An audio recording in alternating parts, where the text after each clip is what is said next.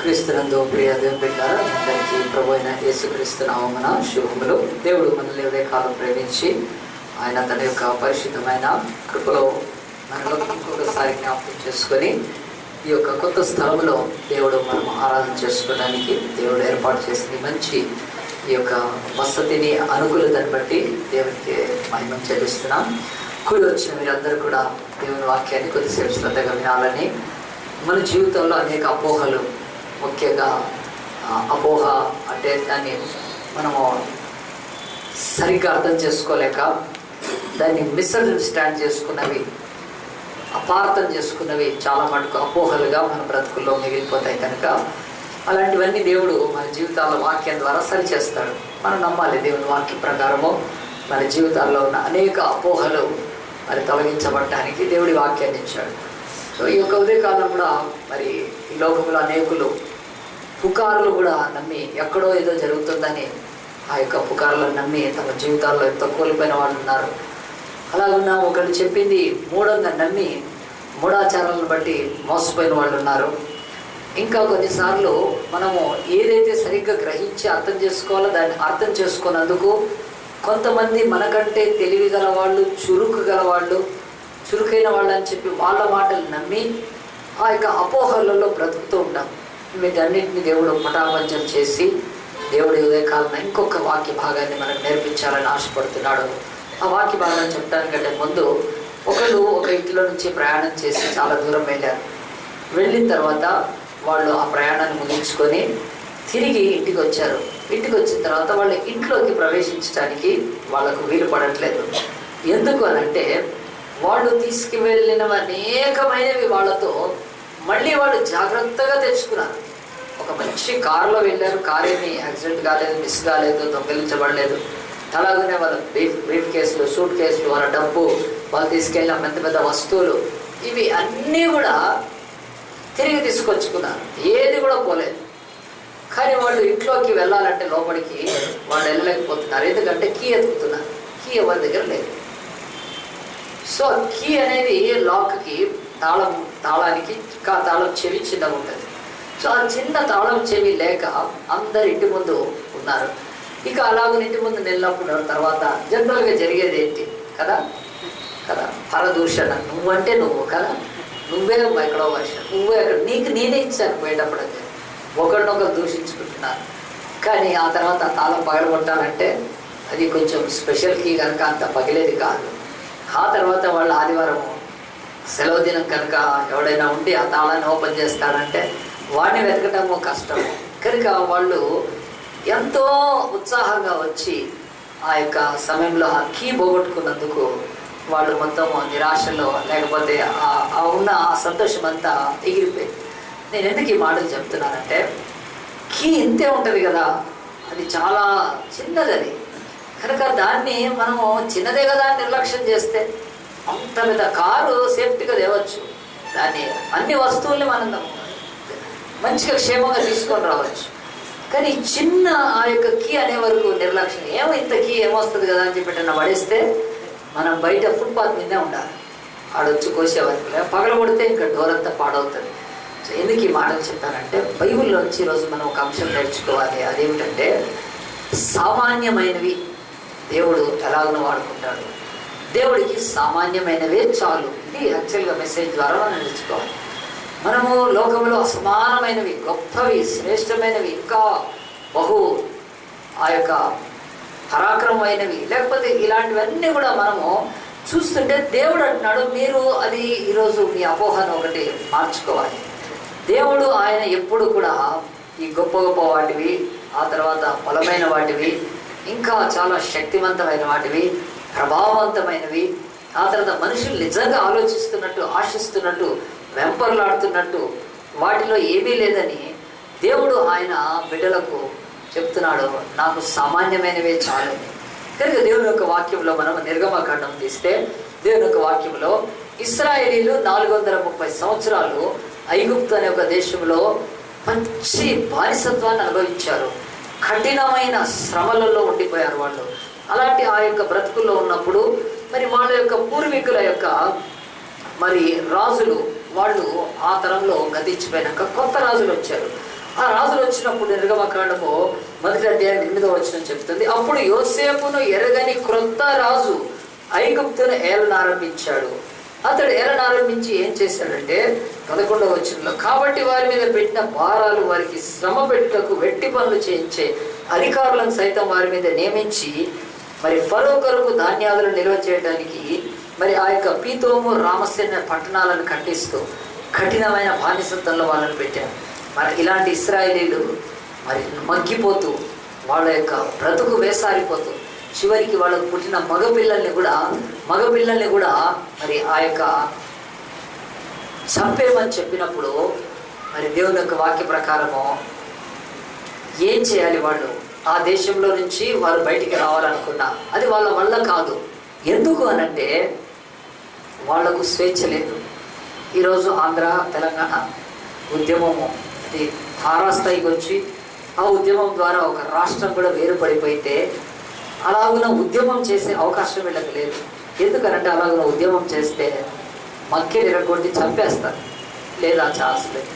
సరే గెరిల్లా యుద్ధం చేయాలని నక్సలైట్స్ లాగా రహస్యంగా దాక్కొని ఏదైనా పొదల్లో నుంచి లేకపోతే సడన్గా గెరిల్లా యుద్ధం చేయడానికి ఈరోజు గెరిల్లా యుద్ధం చేస్తానే కదా ఆ యొక్క ఇరాక్లో మొత్తము ధ్వంసం అయిపోతా ఉంది టెర్రరిస్టుల చేతలు. అలాగున గెరిల్లా యుద్ధం చేయడానికి కూడా వీళ్ళకి ఆయుధాలు ఎవరిస్తారు? వీళ్ళు పొద్దున్న లేస్తే పని చేసుకోవాలి కదా, లేదు. ఆ తర్వాత వీళ్ళే ఒక సమూహంగా ఏర్పడి పోయి వీళ్ళంతా ఎక్కడైనా యుద్ధ శక్తిని సైనిక శక్తిని సిద్ధం చేసుకొని దేశం మీద అంటే వాళ్ళ బ్రతుకుల్లో పొద్దున్న లేస్తే తిండి కొరకే తిప్పదు. అంటే ఆలోచించండి, బైబిల్ చెబుతుంది ఇశ్రాయేల్ యొక్క విమోచన ఎట్టి పరిస్థితుల్లో వాళ్ళ యొక్క శక్తిలో లేదు, వాళ్ళకి శక్తికి మించి. కనుక మూలుగుతూ ముక్కుతూ ఏడుస్తూ దుఃఖపడుతూ రోదనతో తమకు పుట్టిన మగపిల్లల్ని కూడా రాజు చంపేపిస్తుండగా ఎలాగైనా బతికితే తీసుకొని పోయి నదిలో పడేసి చంపేస్తుండగా ఆ దుఃఖంలో వాళ్ళు దేవుడికి మొరపెట్టారు. దేవా, మా పితరులకు నువ్వు మంచి వాగ్దాన దేశాన్ని ఇస్తాను, ఇదేనా వాగ్దానమో, ఈ శ్రమలేనా, ఈ కఠినమైన బానిసత్వమేనా అని వాళ్ళు మొరపెడుతున్నప్పుడు దేవుడు వారి మొర ఆకాశంలో నుండి విని ఆయన ఏం చేశారంటే వాళ్లకు ఒక సేవకుడిని ఇచ్చాడు, ఒక రక్షకుడిని ఇచ్చాడు. ఆయన పేరు మోషే అని. ఆయన గురించి బైబిల్ చాలా స్పష్టంగా చెప్తూ ఆయన కూడా పుట్టి పెరిగి అన్ని విద్యాలయాల్లో ప్రావీణ్యత సంపాదించి తన 40వ సంవత్సరం వచ్చే వరకు ఉద్యమంలోకి ఆయన అడుగిడియాడు. ఈరోజు మన తెలంగాణ ఉద్యమంలో అనేకులు ఉద్యమంలో దూకి ఏం చేశారంటే ప్రాణాలు కూడా అర్పించేసుకున్నారు కదా. అలాగున్న ఇదిగో ఈ యొక్క మోషే కూడా ఉద్యమంలోకి వెళ్ళిపోయి ఏం చేశాడంటే మన ప్రజలు విడిపించాలని ఒక ఆకాంక్షతోటి ఆయన ఏదో చేయబోయి ఏదో అయ్యి తప్పు చేసి ఒక అతను చంపేసి పారిపోయాడు, అరణ్యంలోకి పారిపోయాడు. అరణ్యంలో పారిపోయినాక 40 సంవత్సరాలు ఉన్నాడు అరణ్యంలో. ఇంకా నాకేం చేత కాదు, మన ప్రజలకు విమోచన ఉండదు, ఈ ప్రజలకి ఇక ఏమీ చేయలేమని చెప్పి నిరాశతో అతను 40 సంవత్సరాలు గడుపుతున్నప్పుడు ప్రార్థన అయితే చేస్తూ ఉన్నాడు దేవుడి యొక్క సన్నిధిలో నుంచి జవాబు రావాలని. కానీ 40 సంవత్సరాల ముగింపులో ఆయన ఆశలన్నీ వదులుకున్నాడు. ఆయన 40 ఏళ్ళకి పారిపోయాడు ఐగుప్తులో నుంచి. పారిపోయిన తర్వాత ఆయన అనుకుంటాడు, ఒక 10 సంవత్సరాలకు దేవుడు నాకు జవాబిస్తే నేను చేయొచ్చు, అంటే ఇంకా నాకు శక్తి ఉందని. 50 సంవత్సరాలు అవుతాయి, ఇంకో 10 సంవత్సరాలు కూడా అలాగనే ప్రార్థన 60 సంవత్సరాలకైనా పర్వాలేదు చేయొచ్చు. 60 సంవత్సరాలు కూడా ఏం లేదు, అక్కడ నుంచి బ్యాటరీ డౌన్ అవుతుంది, వల్ల కాదు. 70 ఏళ్ళకి ఇంకా నేనేం చేస్తాను. ఇక 80 ఏళ్ళు వచ్చే వరకు అనుకున్నాడు, మేరిస్తే కూర్చున్నాయి పోతాం, బిస్మిల్లా అనుకున్నాడు. అది ఇక నా వల్ల ఏమీ కాదు, ఇంకా నేను 80 ఏళ్ళకి ఏం చేస్తాను కదా, పరిగెత్తగలుగుతానా, బాణం వేయగలుగుతానా, విల్లు పట్టుకోగలుగుతానా, రథం ఎక్కగలుగుతానా, నేనేం చేయలేను, అయిపోయింది నా వల్ల అని చెప్పి 40 ఇయర్స్కి తన శక్తి మీద ఆధారపడ్డన్ని దినాలు నమ్మితే దేవుడి దగ్గర నుంచి ఏమి జవాబు రాదు. At the end of the 40 years అంటే అట్ హిజ్ ఏజ్ 80 సంవత్సరాలకు ఆయనకు మోషేకి దేవుడు ఒకరోజు ఆయన పశువులు కాసుకుంటున్నాడు. వాళ్ళ పశువులు కూడా ఆయన సొంతమే కావు, వాళ్ళ మామ పశువులు కాస్తారు. చాలామంది మామలు అవి బిజినెస్లు చేస్తూ ఉంటారు కదండి, మామ ఇస్తూ ఉంటే షాపులు పెట్టుకొని చేస్తూ ఉంటారు కదా, అంటే కొంతమంది అట్లా నడిపిస్తూ ఉంటారు. అలాగనే మోషే కూడా ఏం చేశాడంటే ఇక వాళ్ళ నాయనవైతే ఏం లేవు, నాయనవైతే ఐగుప్తులో ఉంది, పోతే పట్టుకుంటారు, లోపల వేసేస్తారు. కనుక ఆయన మిద్యాన దేశంలో వాళ్ళ మామకున్న గొర్రెలు మేపుకుంటూ కదా, గొర్రె మా బతికితే గొర్రె మేక మేక మా బతికిదే అని చెప్పుకున్నాడు చాలా రోజులు. అవి పశువులు రాసుకుంటూ తిరుగుతున్నాడు. 80 years అప్పుడు ఆయన తను ఒక పర్వత ప్రాంతానికి వచ్చాడు. దాని పేరు హెబ్రోన్ అంటారు. అక్కడ ఆ ప్రాంతానికి వచ్చినప్పుడు ఒక బుష్ అంటే ఒక పొద మండుతూ, పొద ఎందుకు మండవు, చాలా మండుతాయి. ఎండాకాలం ఎన్నో కాలిపోతాయి కనుక, చెట్లు ఇట్లే కాదు ఊర్లే కాలిపోతా ఉంటాయి. కానీ ఆయనకు ఎప్పుడు కాలుతూ ఉంటే ఎవడో తగలబెడతాడు, లేకపోతే కాంటుకుంటే. కానీ కొద్దిసేపు చూసినాక ఆ యొక్క పొద మండుతూ ఉంది కానీ పొద కాలిపోవట్లేదు. ఇది చాలా వింతగా ఉంది. ఏదైనా కాలిపోతుంటే దాంట్లో ఏమవుతుంటాయి, రాలిపోతూ ఉండాలి. ఏదైనా కాలిపోతూ ఉంటే ఊడిపోతూ ఉండాలి. ఏదైనా కాలిపోతూ ఉంటే అది బూడిదవుతూ ఉండాలి. అలాంటిది ఏవో ఈ స్ట్రాంగ్ ఈ ఆర్సీసీ ఇట్లాంటి బిల్డింగ్లు కాలితే చాలాసేపటికి ఏదో చెట్టు ఎంతసేపు కాలుతుంది, చక్క కాలిపోతుంది కదా. అది ముఖ్యంగా బుష్ అంటే ఒక పొద ఎంతసేపు కాలుతుంది. కానీ ఈయనకు డౌట్ వచ్చింది, ఇది పొద కాలుతుంది కానీ మంట అయితే ఉంది, పొద కాలట్లేదని. ఇది ఏమి వింత అని ఏం చేశాడంటే యూతల నుంచి అవతలికి వెళ్ళాడు, ఆ వైపుకి వెళ్ళాడు. వెళ్ళగానే అక్కడ ఆ పొద దగ్గర ఒక స్వరం వినిపిస్తాం, మోషే మోషే. చుట్టూ చూశాడు కదా, మోషే మోషే ఎవరు పిలవట్లేదు. నాకేమైనా మతి భ్రమించిందా, లైట్గా 8 years కదా మెంటల్ స్టార్ట్ అయిందా కదా, లైట్గా టిక్ అంటారు కదా. ఎవరు పిలవకపోయినా కదా, కొంతమంది ఎవరు పిలవకపోయినా లోపల ఓ అని బతుకుతూ ఉంటారు, పిచ్చి పలుకులు కదా. అది ఎక్కువ అయిపోయినట్టు కదా, మైండ్ లూజ్ అయినట్టు అంటారు కదా. సరే వయసుతో పాటు అలాంటివన్నీ వచ్చినా కానీ అట్లా మోషే అని పిలిస్తే ఎవరో పిలిచారా అనుకున్నాను. కాదు కదా, రెండోసారి మళ్ళీ మోషే మోషే అని పిలుస్తుంది. ప్రభువా అన్నాడు. ఫస్ట్ చెప్పులు వదిలిపెట్టు, నువ్వు కొత్త బిల్డింగ్లోకి వచ్చావు అన్నాడు. ఆ పాత బిల్డింగ్ కదా, ఆడ చెప్పులు స్టాండ్ ఉంటుంది, ఇలా స్టాండ్ ఉండదు. చెప్పులు నువ్వు నేర్చున్న స్థలం ఇది పరిశుద్ధ స్థలం, నువ్వు చెప్పులు వదిలిపెట్టు అన్నాడు. అక్కడ చెప్పులు వదిలిపెట్టచ్చు, ఎందుకంటే చెప్పులు కొట్టేసే వాళ్ళు ఎవరు ఉంటారు అడవిలో. ఇక్కడ వేరే దగ్గర వదిలిపెడితే పోతాయి కదా. ఆయనకు ఆ బాధ కూడా లేదు, చక్కగా చెప్పులు వదిలేసిన తర్వాత అప్పుడు దేవుడు మాట్లాడుతున్నాడు. ఏమైనా తెలుసా, మోషే నా ప్రజల మొరను, నా ప్రజల బాధను నేను ఎరిగి వారిని విడిపించడానికి వచ్చాను అంటున్నాను. అప్పుడు మోషే ఏమనుకోవాలంటే, దేవా నేను 50 ఏళ్ళు ఉన్నప్పుడు రాకపోతే కదా, నేను 60 ఏళ్ళు ఉన్నప్పుడు రాకపోతే కదా. ఎవరైనా మనల్ని కూడా ప్రేమిస్తే ఎప్పుడు ప్రేమించాలంటే 60 ఏళ్ళక కదండి. ఎప్పుడు చెప్పాలి నేను ప్రేమిస్తున్నా అని, వయసులో ఉన్నప్పుడు చెప్తే బాగుంటుంది కదా. వయసు అంతా అయిపోయినాక ప్రేమిస్తున్నా అంటే ఎట్లుంటుంది అది ఆలోచించండి. ఇది అట్లే ఉంది ఇప్పుడు మోషే కూడా. మోషే అంటున్నాడు, దేవుడు అంటున్నాడు మోషే ఐ లవ్ యూ అంటున్నాడు. ఏం అక్కర్లేదు నీ లవ్ అంటున్నాడు మోషే. నేను నా ప్రజల కొరకు పనిచేయాలనుకున్నప్పుడేమో నాకు విలువలేదు, అయిపోయింది 80 ఏళ్ళు వచ్చింది, ఇప్పుడేమో నీకు ఏం చేయాలి అని దేవుడు పలికితే, దేవుడు చెప్తున్నాడు నేను నా ప్రజలను విడిపించడానికి వచ్చాను, ఆ పని నువ్వే చేయాలి అన్నాడు. అంటే మోషే అంటాడు నా వల్ల కాదు. ఎందుకు నీ వల్ల కాదు, నాకు వయసు అయిపోయింది అయ్యా, నాకు వల్ల కాదు. నువ్వు ఎవరైనా పడిచోతని చూసుకో, మంచి వయసులో ఉన్నాను. నేను వయసులో ఉన్నప్పుడేమో నాకేం చెప్పలేదు, ఇప్పుడు చెప్తావు ఆ పని, నేను చేయలేను, నా వల్ల కాదు. లేదు మోషే నువ్వే ఆ పని చేయాలన్నాడు అని. అంటే అది ప్రజలలోకి వెళ్ళాలి ఉద్యమం కనుక కదా. అదే ఇంట్లో కూర్చొని అట్లు పోసినట్టు కాదు కదా. ఏం చేయాలి అది, లేకపోతే ఇంకేదైనా పని, ఏదైనా ఇంజనీరింగ్ పని, మేస్త్రి పని అంటే ఎవరిదాడు కట్టుకొని ప్రజల్లోకి వెళ్ళాలంటే మాట్లాడటం రావాలి కదా. అన్నాడు అయ్యా నేను మాట్లాడలేను, నాకు నోరు మాధ్యమం అంటే నత్తి, నేను మాట్లాడలేను. దేవుడు నన్ను మాట్లాడకపోతే ఏం ప్రాబ్లం లేదు, నీకు ఇంకొక వ్యక్తిని, నీ నోటికి ఇంకొక నోరుని ఇస్తాను అంటే 2 నోరు లేని ఇక్కడ ఒక నోరు ఇక్కడ ఒక నోరు అనలేదు, నీకు ఇంకొక నోరుని ఇస్తానంటే స్పోక్స్ మ్యాన్ అంటారు. అంటే నువ్వు ఏం చెప్పాలనుకున్నావు ఆయనకు చెప్తే ఆయన పోయి పబ్లిక్ చెప్తాడు. మన రాజకీయ పార్టీలన్నిటికీ కూడా స్పోక్స్ మ్యాన్ ఉంటారు. మనకు తెలుసు మన యొక్క ప్రతి రాజకీయ పార్టీకి ఒక స్పోక్స్ మ్యాన్ అని, గవర్నమెంట్ కూడా స్పోక్స్ మ్యాన్లు ఉంటారు. వాళ్ళు ప్రెస్ కౌన్సిల్లో ప్రెస్ మీటింగ్లో వాళ్ళు వచ్చి చెప్తారు తప్ప వాళ్ళ నాయకులు రానక్కర్లేదు. అట్లా చెప్పే వాళ్ళకు భాష మీద చాలా పట్టు ఉంటుంది కనుక వాళ్ళకు అప్పుడు చెప్తారు. దేవుడు అన్నాడు నువ్వు అదేం పెద్ద సమస్య కాదు, నువ్వు పనిచేయ నా గురించి నేను ఇంకొక నోరుని ఇస్తాను. మీ అన్ననే ఉన్నాడు అహరోన్ అని, ఆయన ఇస్తాను, ఆయన మాట్లాడతాడు, నీకేం ప్రాబ్లం లేదు, నువ్వు నోరు మాధ్యంగా అని చెప్పి నువ్వు వెళ్ళటానికి వీల్లేదన్నాడు. మళ్ళీ ఏమన్నాడంటే నేను వెళ్ళను అన్నాడు. ఎవరు నన్ను చూసుకొని వల్ల కలుపు అన్నాడు.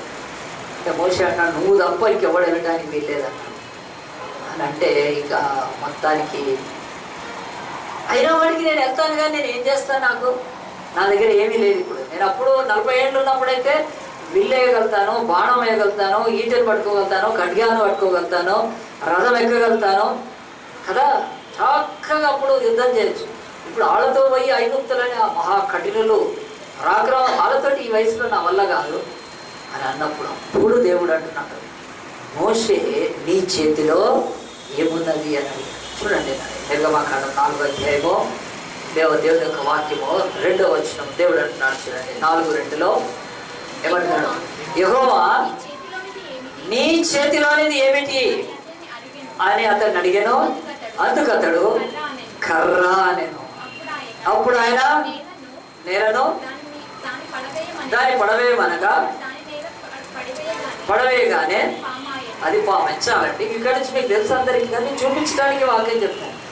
మోషే అనే ఒక మహా 80 సంవత్సరాల వృద్ధుడు, లేకపోతే చాలా గొప్ప ఆ యొక్క శక్తితో ముందుకు వెళ్ళాలనుకున్న వాడు ఈరోజు ఏమీ లేక శరీరంలో శక్తి ఉడిగిపోయి వయసులో ఆ యొక్క బలహీనత వచ్చేసి ఆ యొక్క కనీసం మాట్లాడటం రాదు, నాకు నేను చేయలేనన్నప్పుడు దేవుడు నాకు ఈ చేతిలో ఏముంది అని అంటే కర్ర ఉంది, దాన్ని కింద పడేది. చాలు, ఇగబో ఈ కర్ర తీసుకొని వెళ్ళు. అసలు కర్ర ఎందుకు ఉందంటే అతను పశువులు కాసుకునేవాడు కనుక కర్ర ఉంది.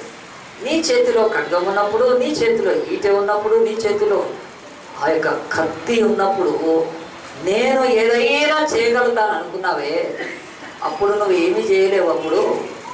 కానీ ఇప్పుడు ఏమీ లేదనుకున్నప్పుడే నువ్వు చేయగలుగుతావు. అందరం ఒకసారి చప్పట్లు కొట్టి దేవుడిని మహిమపరచాలి. దేవుడి వాక్యం చెప్తుంది, మన జీవితాలలో మన అంచనాలు ఏంటంటే, ఇది ఉంటే నేను ఏదైనా చేయగలుగుతాను, నాకు ఒక ఇంత ఆస్తి ఉంటే నేను ఏదైనా చేస్తాను, నేను ఇంత మరి ఆ యొక్క క్వాలిఫికేషన్ ఉంటే నేను ఏదైనా చేయగలుగుతాను, నాకు ఇంత పెద్ద కులం ఉంటే నేను ఏదైనా చేయగలుగుతాను, లేకపోతే నాకు ఇంకా ఏదైనా ఒక ప్రత్యేకమైన తలాంతు ఉంటే నేను చేయగలుగుతాను.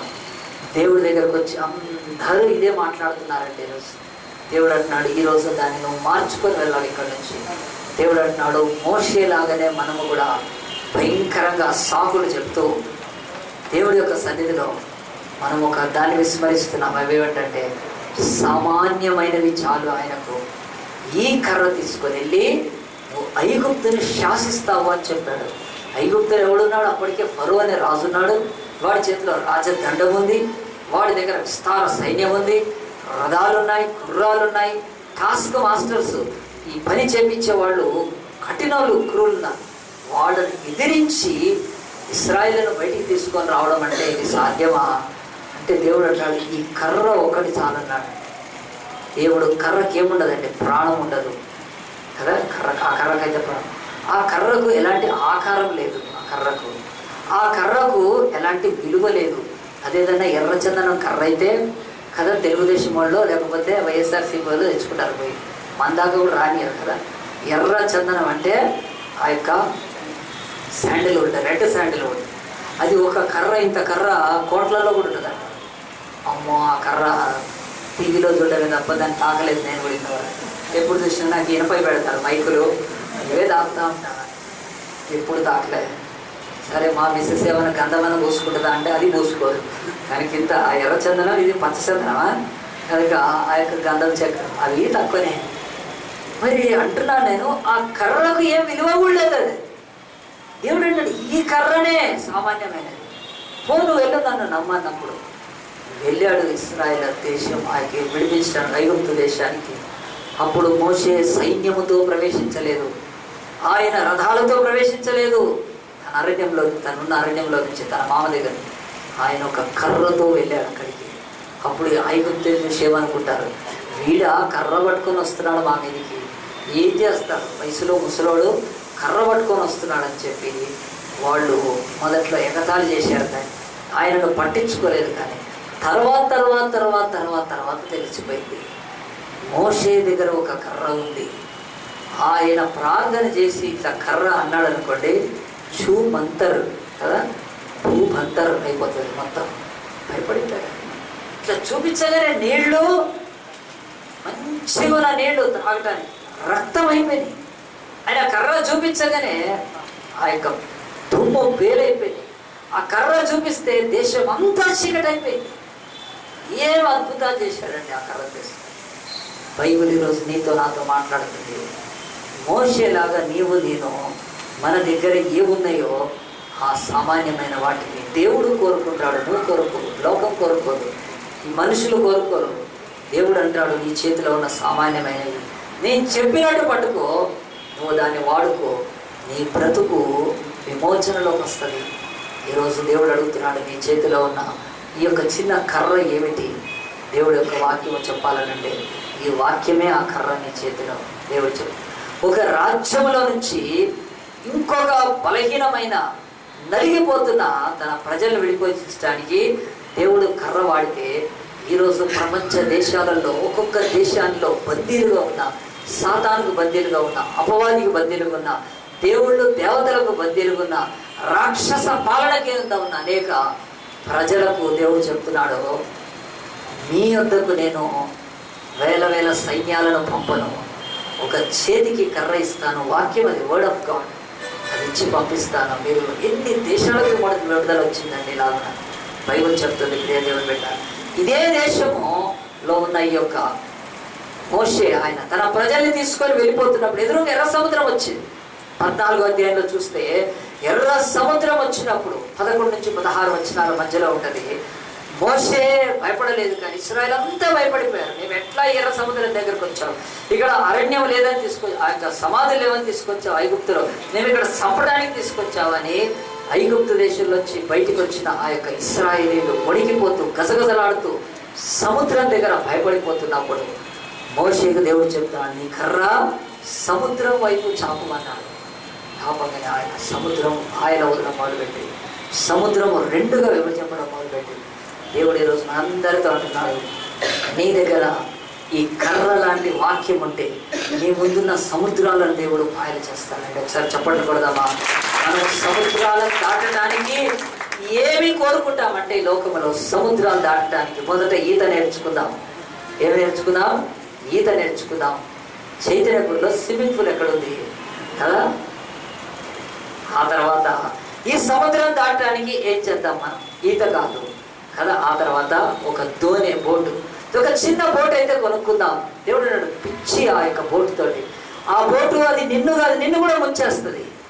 అంతేకాదు బోటు కాకుండా ఇంకా కొంతమంది ఒక పెద్ద ఓడను సిద్ధపరచుకుందాం. ఓడ సిద్ధపోయే లోపల నీ బతుకు కొల్లేరైపోతుంది.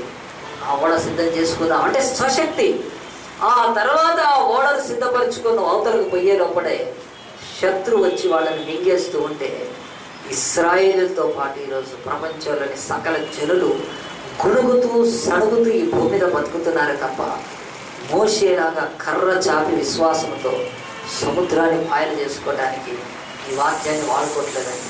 నీ జీవితంలో వచ్చి అనేక సముద్రాలకు ఎదురైతే యూజ్ దిస్ వర్డ్.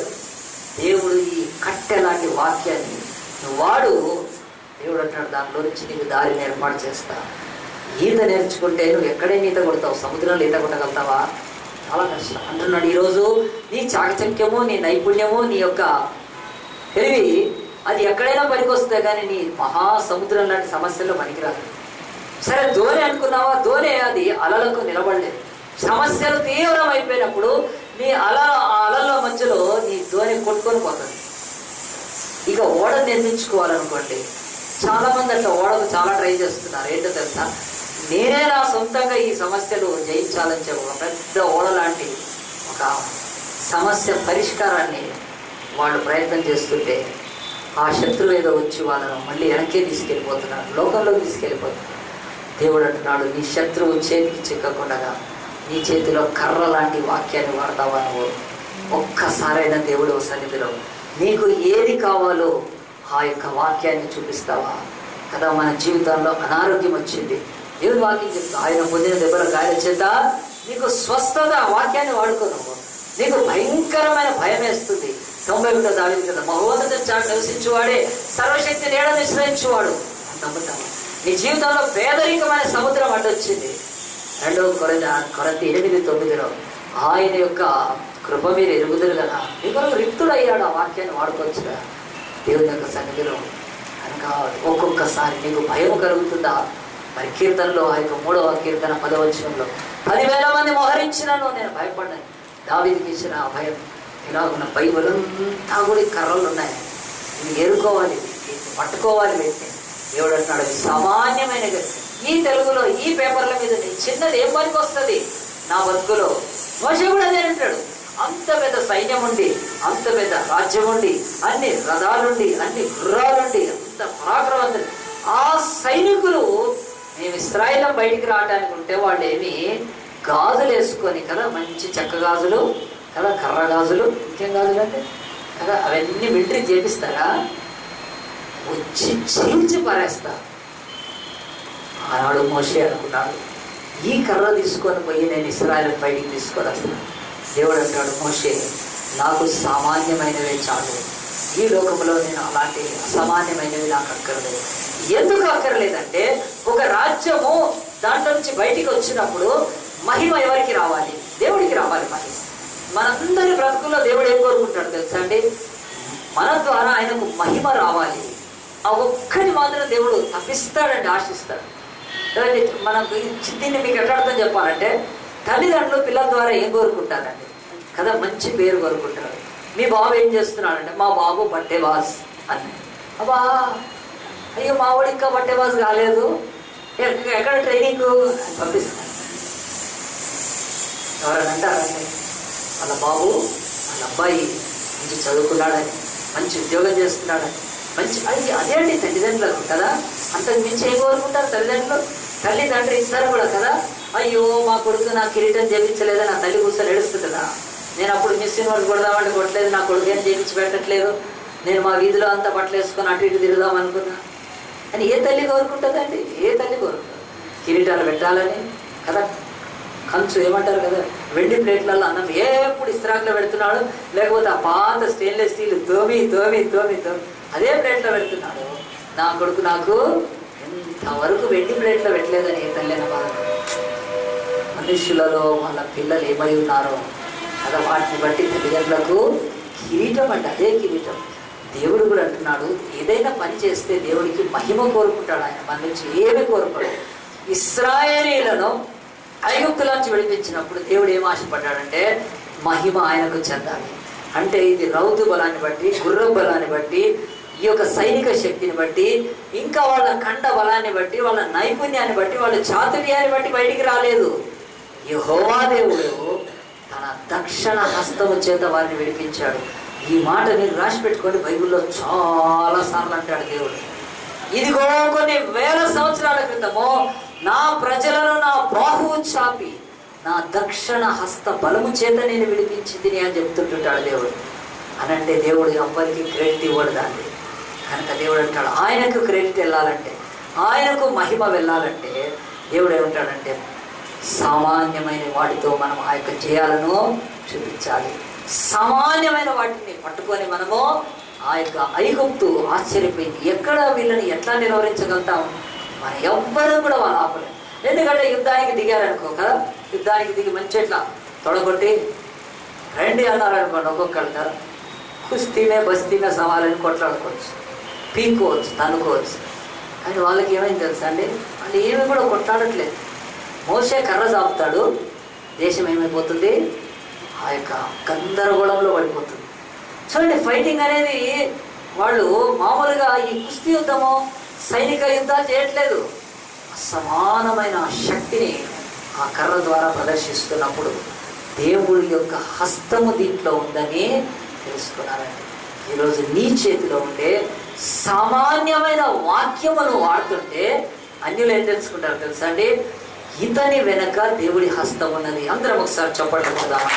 ఇతని హస్తం వెనక మన ఇండియాలో ఏది జరిగినా కానీ, ఎక్కడైనా కానీ, ఒక బాంబు పేలింది అనుకోండి, ఏమంటారు తెలుసా? దీని వెనక పాకిస్తాను హస్తం. వాళ్ళకి ఎన్ని హస్తాలు ఉన్నాయి? హస్తాలు పెట్టి పెట్టి పెట్టి ఏదైనా సరే. మనకి కూడా ఆఫీస్లో ఏదైనా జరిగింది అనుకో, దీని వెనక ఎవరి హ్యాండ్ ఉంది? ఏ హ్యాండ్ ఉన్నా కాంగ్రెస్ హ్యాండ్ అయితే లేదు, ఎందుకంటే అది పీకింది కదా. కాంగ్రెస్ హ్యాండ్ లేదు. ప్రతిదానికి ఎవరిదో ఒక హ్యాండ్ ఉందని అనుకుంటాం కదా, ఎవరిదో ఉంది దీని వెనక అనుకో. దేవుడు కూడా నిజంగా మన నుంచి ఏం ఆశిస్తాడంటే మీరు సామాన్యమైనవి వాటిని నేను వాడుకుంటానని నమ్మితే నా హస్తం ఉన్నట్టుగా మీరు చూస్తారు దాంట్లో. ఈ దేవుడు వాక్యంలో చెప్తున్నాడు. కనుక మొట్టమొదటి చూపించాను మీకు నేను, మోషే ఇశ్రాయేలును ఆ యొక్క ఐగుప్తు నుంచి విడిపించడానికి దేవుడికి సామాన్యమైన ఒక కర్ర సరిపోయిందని. ఇప్పుడు రెండవ చూపిస్తాను చూడండి. అనంతరం కూడా వాక్యంలో నుంచి మనము న్యాయాధిపతుల గ్రంథము 15వ అధ్యాయం తీద్దాం. న్యాయాధిపతుల గ్రంథం 15వ అధ్యాయం తీస్తే ఈ 15వ అధ్యాయంలో న్యాయాధిపతుల గ్రంథంలో ఇశ్రాయేలులకు ఇంకొకసారి దేవుడు ఒక జయాన్ని ఇచ్చిన, ఆ జయము అది ఇశ్రాయేలుకు కాదు. కానీ ఇక్కడ నేను చదివినాక మీకు అర్థమవుతుంది. 15వ అధ్యాయంలో ఇశ్రాయేలుకు దేవుడు ఇచ్చిన ఒక 16 మంది వరకు ఆ యొక్క న్యాయాధిపతులలో సంసోన్ అని ఒక న్యాయాధిపతి బతికాడు. అతడు 20 ఏళ్ళు వీళ్ళకు న్యాయాధిపతిగా ఉన్నాడు. వాళ్ళని పరిపాలించాడు, వారిని పరిరక్షించాడు, వారి కొరకు ఎంతో మంచి పాటుపడ్డాడు. కనుక అతని గురించి బైబిల్లో 15వ అధ్యాయంలో 9వ వచనంలో, అప్పుడు ఫిలిష్తీయులు బయలుదేరి యూదా దేశంలో దిగి చెదిరి లేహీలో దోపిడి కొరకై దండు కూర్చిరి.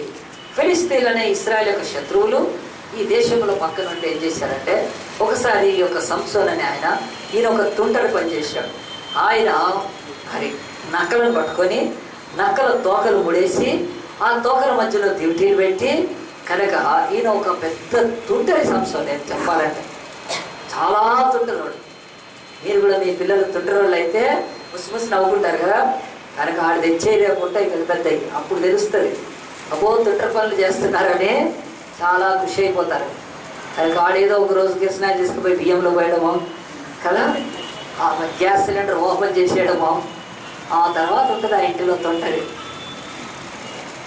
అదిగో ఈ సంసోన్ ఒకటి దొరికాడు వీళ్ళకు తుంటరోడు. ఇశ్రాయేలు న్యాయాధిపతి జడ్జే కానీ ఏం పనులు ఉన్నాయి, చాలా తుంటరి పనులు ఉన్నాయి.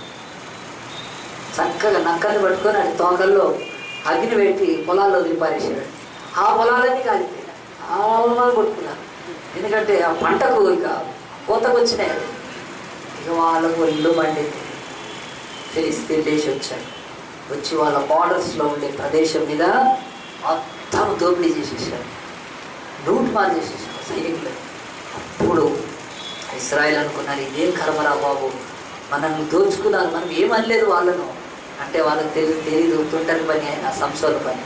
వాళ్ళంతా వచ్చి అడిగారు, ఇదిగో మీ దేశానికి న్యాయాధిపతికి ఎవరు అనుకుంటున్నారో అతడు మామూలు న్యాయాధిపతి కాదు, తుంటరి న్యాయాధిపతి. ఆయన ఇంటి పేరు టీ అది. కనుక మీరు ఆయన అప్పచెప్పండి అంటే వాళ్ళు ఏం చేశారంటే, అయ్యా మీరు మళ్ళీ ఇంకోసారి యుద్ధం చేయొద్దు, ఎందుకంటే మొన్నటి వరకు మీరు యుద్ధం చేపిస్తే మేము మెడిప్లస్లో హెడ్రోలో మందులు చాలా కొనుక్కున్నాం, చాలా వాతలు ఉన్నాయి, మస్తు కట్ అయిపోయినాయి, బ్యాండేజ్ తెలుసుకున్నా, ఇంకొకసారి యుద్ధం వద్దాం అనద్దు, మా ఒళ్ళు హోనం చేయొద్దు, మాకు మందులు కూడా దొరకట్లేదు, ప్లీజ్ మేము మా సంసోన్ని నీకు అప్పచెప్పేస్తాం అన్నప్పుడు ఎక్కడున్నాడు, ఏ తాము బండ సందులో దాక్కొని.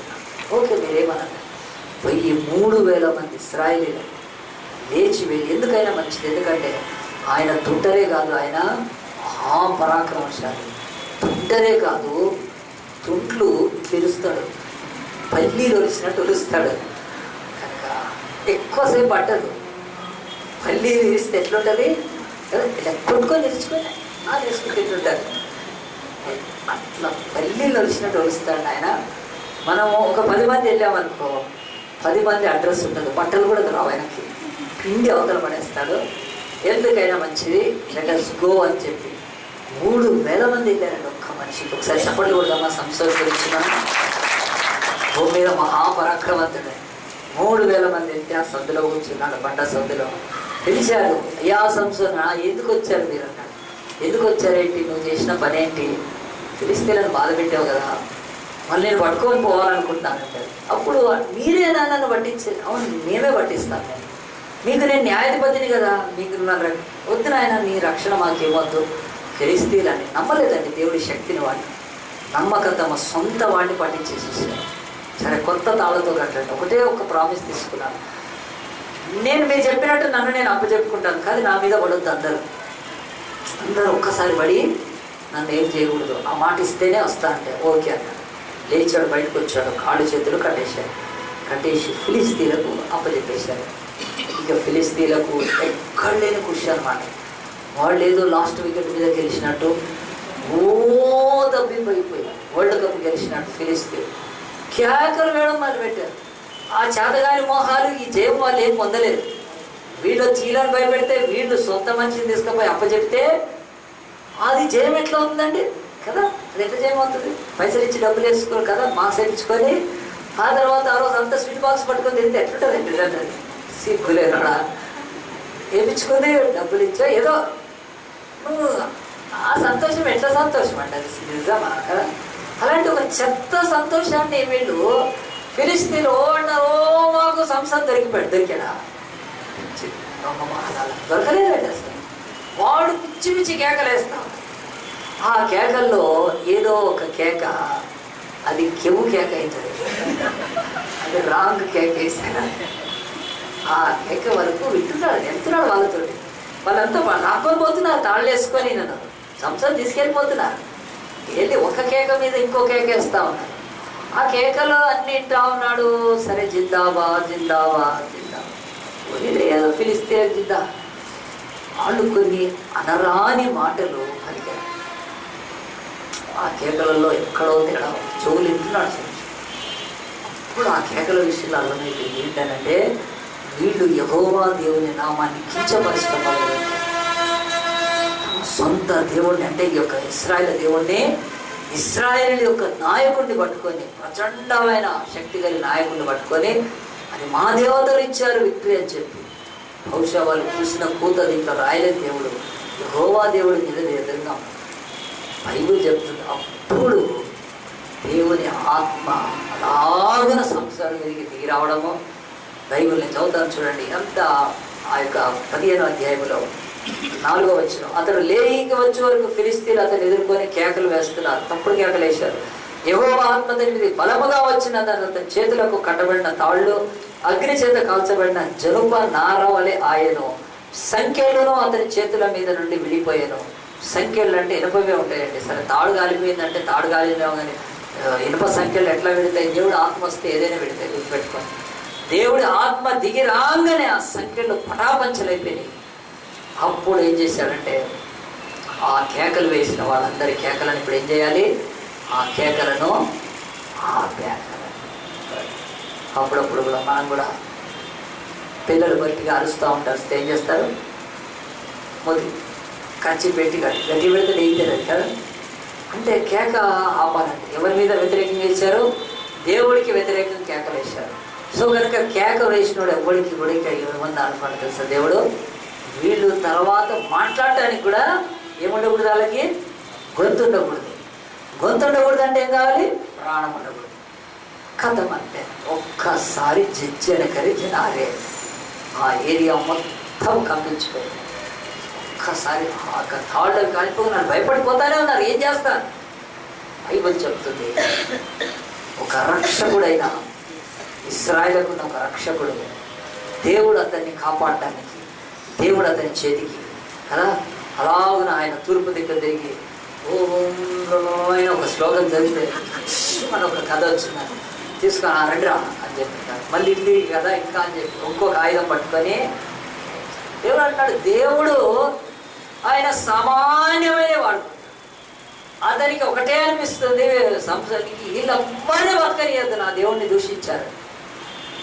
అటు ఇటు అటు అంతా చూశాడు. చాలా దూరమైంది, అక్కడికి చాలా దూరం పట్టుకొచ్చారు ఆయన. సరే దగ్గరలో ఉంటే ఇంటికి పోయేదాన్ని తీసుకొని రావచ్చు, అట్ల కాడవ లేకపోతే పప్పులతో కదా. ఇంటి దగ్గర పోయి స్పీడ్ ఏదుందో తెచ్చుకోవచ్చు కదా. చాలా మంది ఏదో కొట్లాడటానికి రాని వాళ్ళు అదే అంటారు, పోయి అది తీసుకుని ఏముండదు అంట కదా. ఊరికైనా ఓ అది ఇది అంటారు, ఏం తీసేది ఏమీ లేదు కదా. పోయి అవి ఎత్తుకొచ్చుకున్నాను కదా. ఇట్లా అట్లా మాట్లాడతారు కదా, వాళ్ళకి ఏం ధైర్యం ఉండదు. సో ఇలాగున సంస్థను వెనక్కి పోయి తెచ్చుకోవడానికి కూడా ఏం లేదు. అక్కడ కొన్ని దినాల క్రితము ఒక గాడిద చచ్చిపోయింది. అది రోగం వచ్చి చచ్చిందా, అది లేకపోతే క్రూర మృగం చంపిందా, మనకైతే బైబిల్లో రాయలేదు. కానీ గాడిద, చచ్చిన గాడిద కొన్ని రోజుల క్రితం చచ్చింది. ఆ చచ్చితే కూడా గాడిద అంతా తినేసినాయి. తినేస్తాయి జనరల్గా అడవి ప్రాంతం కనుక ఆడ ఏం మిగలదు, ఏవో తింటాయి, కుక్కలు నక్కలు ఏవో, దేనికైనా ఆహారమే. కానీ అంతా తిన్నాక ఒక ఎముక ఉండిపోయింది, దవడ ఎముక. గాడిద దవడ ఎముక అక్కడ ఉంది అదే ప్లేస్లో. అప్పుడు సంసోన్ ఏం చేశాడంటే ఒక్కసారి ఆ దవడ ఎముక మీద పడిందని దృష్టి దాన్ని పట్టుకున్నాను. పట్టుకొని బైబిల్ చెప్తుంది, ఇక వీళ్ళ బతుకుల్లో ఇంకెప్పుడు కేక వేయకుండా కొట్టాడండి. చూడండి బైబిల్ చెప్తుంది 10, అతడు గాడిద యొక్క పచ్చి దవడ ఎముక. పచ్చికి ఎందుకు అంటాడండి అంటే ఫ్రెష్ అని. మామూలుగా ఎండిపోయిందంటే అది పచ్చిదంటే ఫ్రెష్ ఎముక, అంటే అది రీసెంట్గా చచ్చింది, అది ఎండిపోలేదండి.